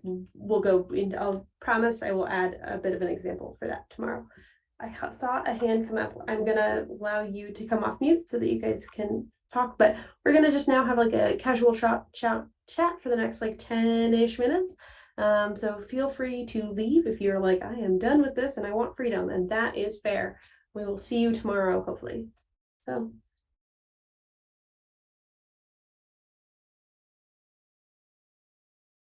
Can you guys hear me? Yes, we can. It's one of the wonderful presentations, and thank you so much for taking your time to present lots of functions. It's learning like something new, and thank you so much. And just a quick question is that if I had to come back and listen and practice pieces, is it available to everyone, the recording? Yes, the recording will be available in like 2 months, I think is what Phil said. Something like that. So yes, there will be a recording of this workshop available, so you can hear our beautiful voices another time. Yeah, and I think it will be uploaded on the Iron Farmer YouTube channel. So if you subscribe to that, you'll get a notification once that's out. Okay, thank you. Thanks, Thomas. Mm-hmm. No worries. So I see we do have a question in the Slido. Oh, it looks like there already was, or there have already been responses to this, but it was, can you set a filter to set pop data, and will it automatically propagate to the AE data set? Yeah, so I did respond to that. That was what I was trying to copy desperately over across. Basically, the answer is yes. So you can also provide, specifically for doing things like AE, you can provide a population data set. So there's a function called set population data, which will allow you to provide that. You just kind of layer it like you do with the add total groups, similar-ish. You're going to just below that put in the add population data, and when you do that, you will be able to get that as your population reference, and so then it works with your AEs, even if not every person has an AE necessarily. Yeah, I believe you can also set it for each layer too. Yep, you can. There's many options. I forgot if we did that during our AEs. Yeah, we used set populated pop data. Yeah, we did. Yep. I see multiplier group task work with categorical variables. I think it might say no. Well, because it's categorical and you need to do the count. Yeah, we'll just do the count. Yeah, we'll just do the count. So I don't think it wants you to try to, if it's already categorical. Yeah. I don't think it should be calculating descriptive statistics of like a mean. Don't think On a you can get a category. mean of the words. Your Yeah. mean is the letter E, the average letter. Okay. Wow. We don't have any more questions. Might not have any more questions. Anymore.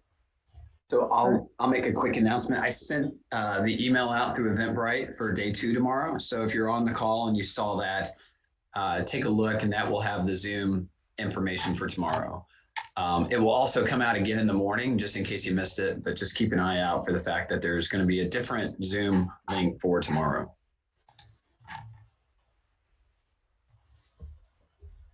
Great. Thanks for sharing. All right. That. Yeah. I see one question that might be of interest for folks, non-technical, but of interest to those in industry. Have you used the results from this for any FDA submission? So there's actually a working group with the R consortium that is working with the FDA to look at submission of R-based packages through the ECTD. It's some acronym that I never quite remember, but they are working on that. And I think Thomas is actually starting to work with the team to figure out how they can go from ADSL to Atom and provide the R scripts to perform that conversion. But there's already been successful submission of Atom to outputs. So Atom to some tables that's been done. And so you should go and look up the R consortium. They actually have some FDA representatives on a webinar a few months ago, and they talk about how they use R. Of course, this is them talking their personal capacity, but that is an interesting watch, I think, for most people. Thomas, Yeah, as Alice kind of alluded to, we just formed a new pilot team working group, and I've seen some of the members on this workshop today, which is cool to see. And we'll use the tools we provided, we talked about in the earlier session, so Metacore, MetaTools, Admo, and we'll do a pilot submission to the FDA using these tools to create the atoms and submitting all the code. And based upon prior experience of the first submission pilot for TLGs, I think we'll get a thumbs up and a good response in the end. Basically just confirming that, as the FDA states in their guidance documents, they're open to any kind of software, but it's always good to get the additional stamp of approval that what we're doing here actually does the job, and they're okay. Great. So with that, I guess we can call it for the day. Oh, Bye, gosh, everyone. we finished 2 minutes early. That's great. I was worried. See y'all tomorrow. See you tomorrow. Yep. Bye. Bye, everybody.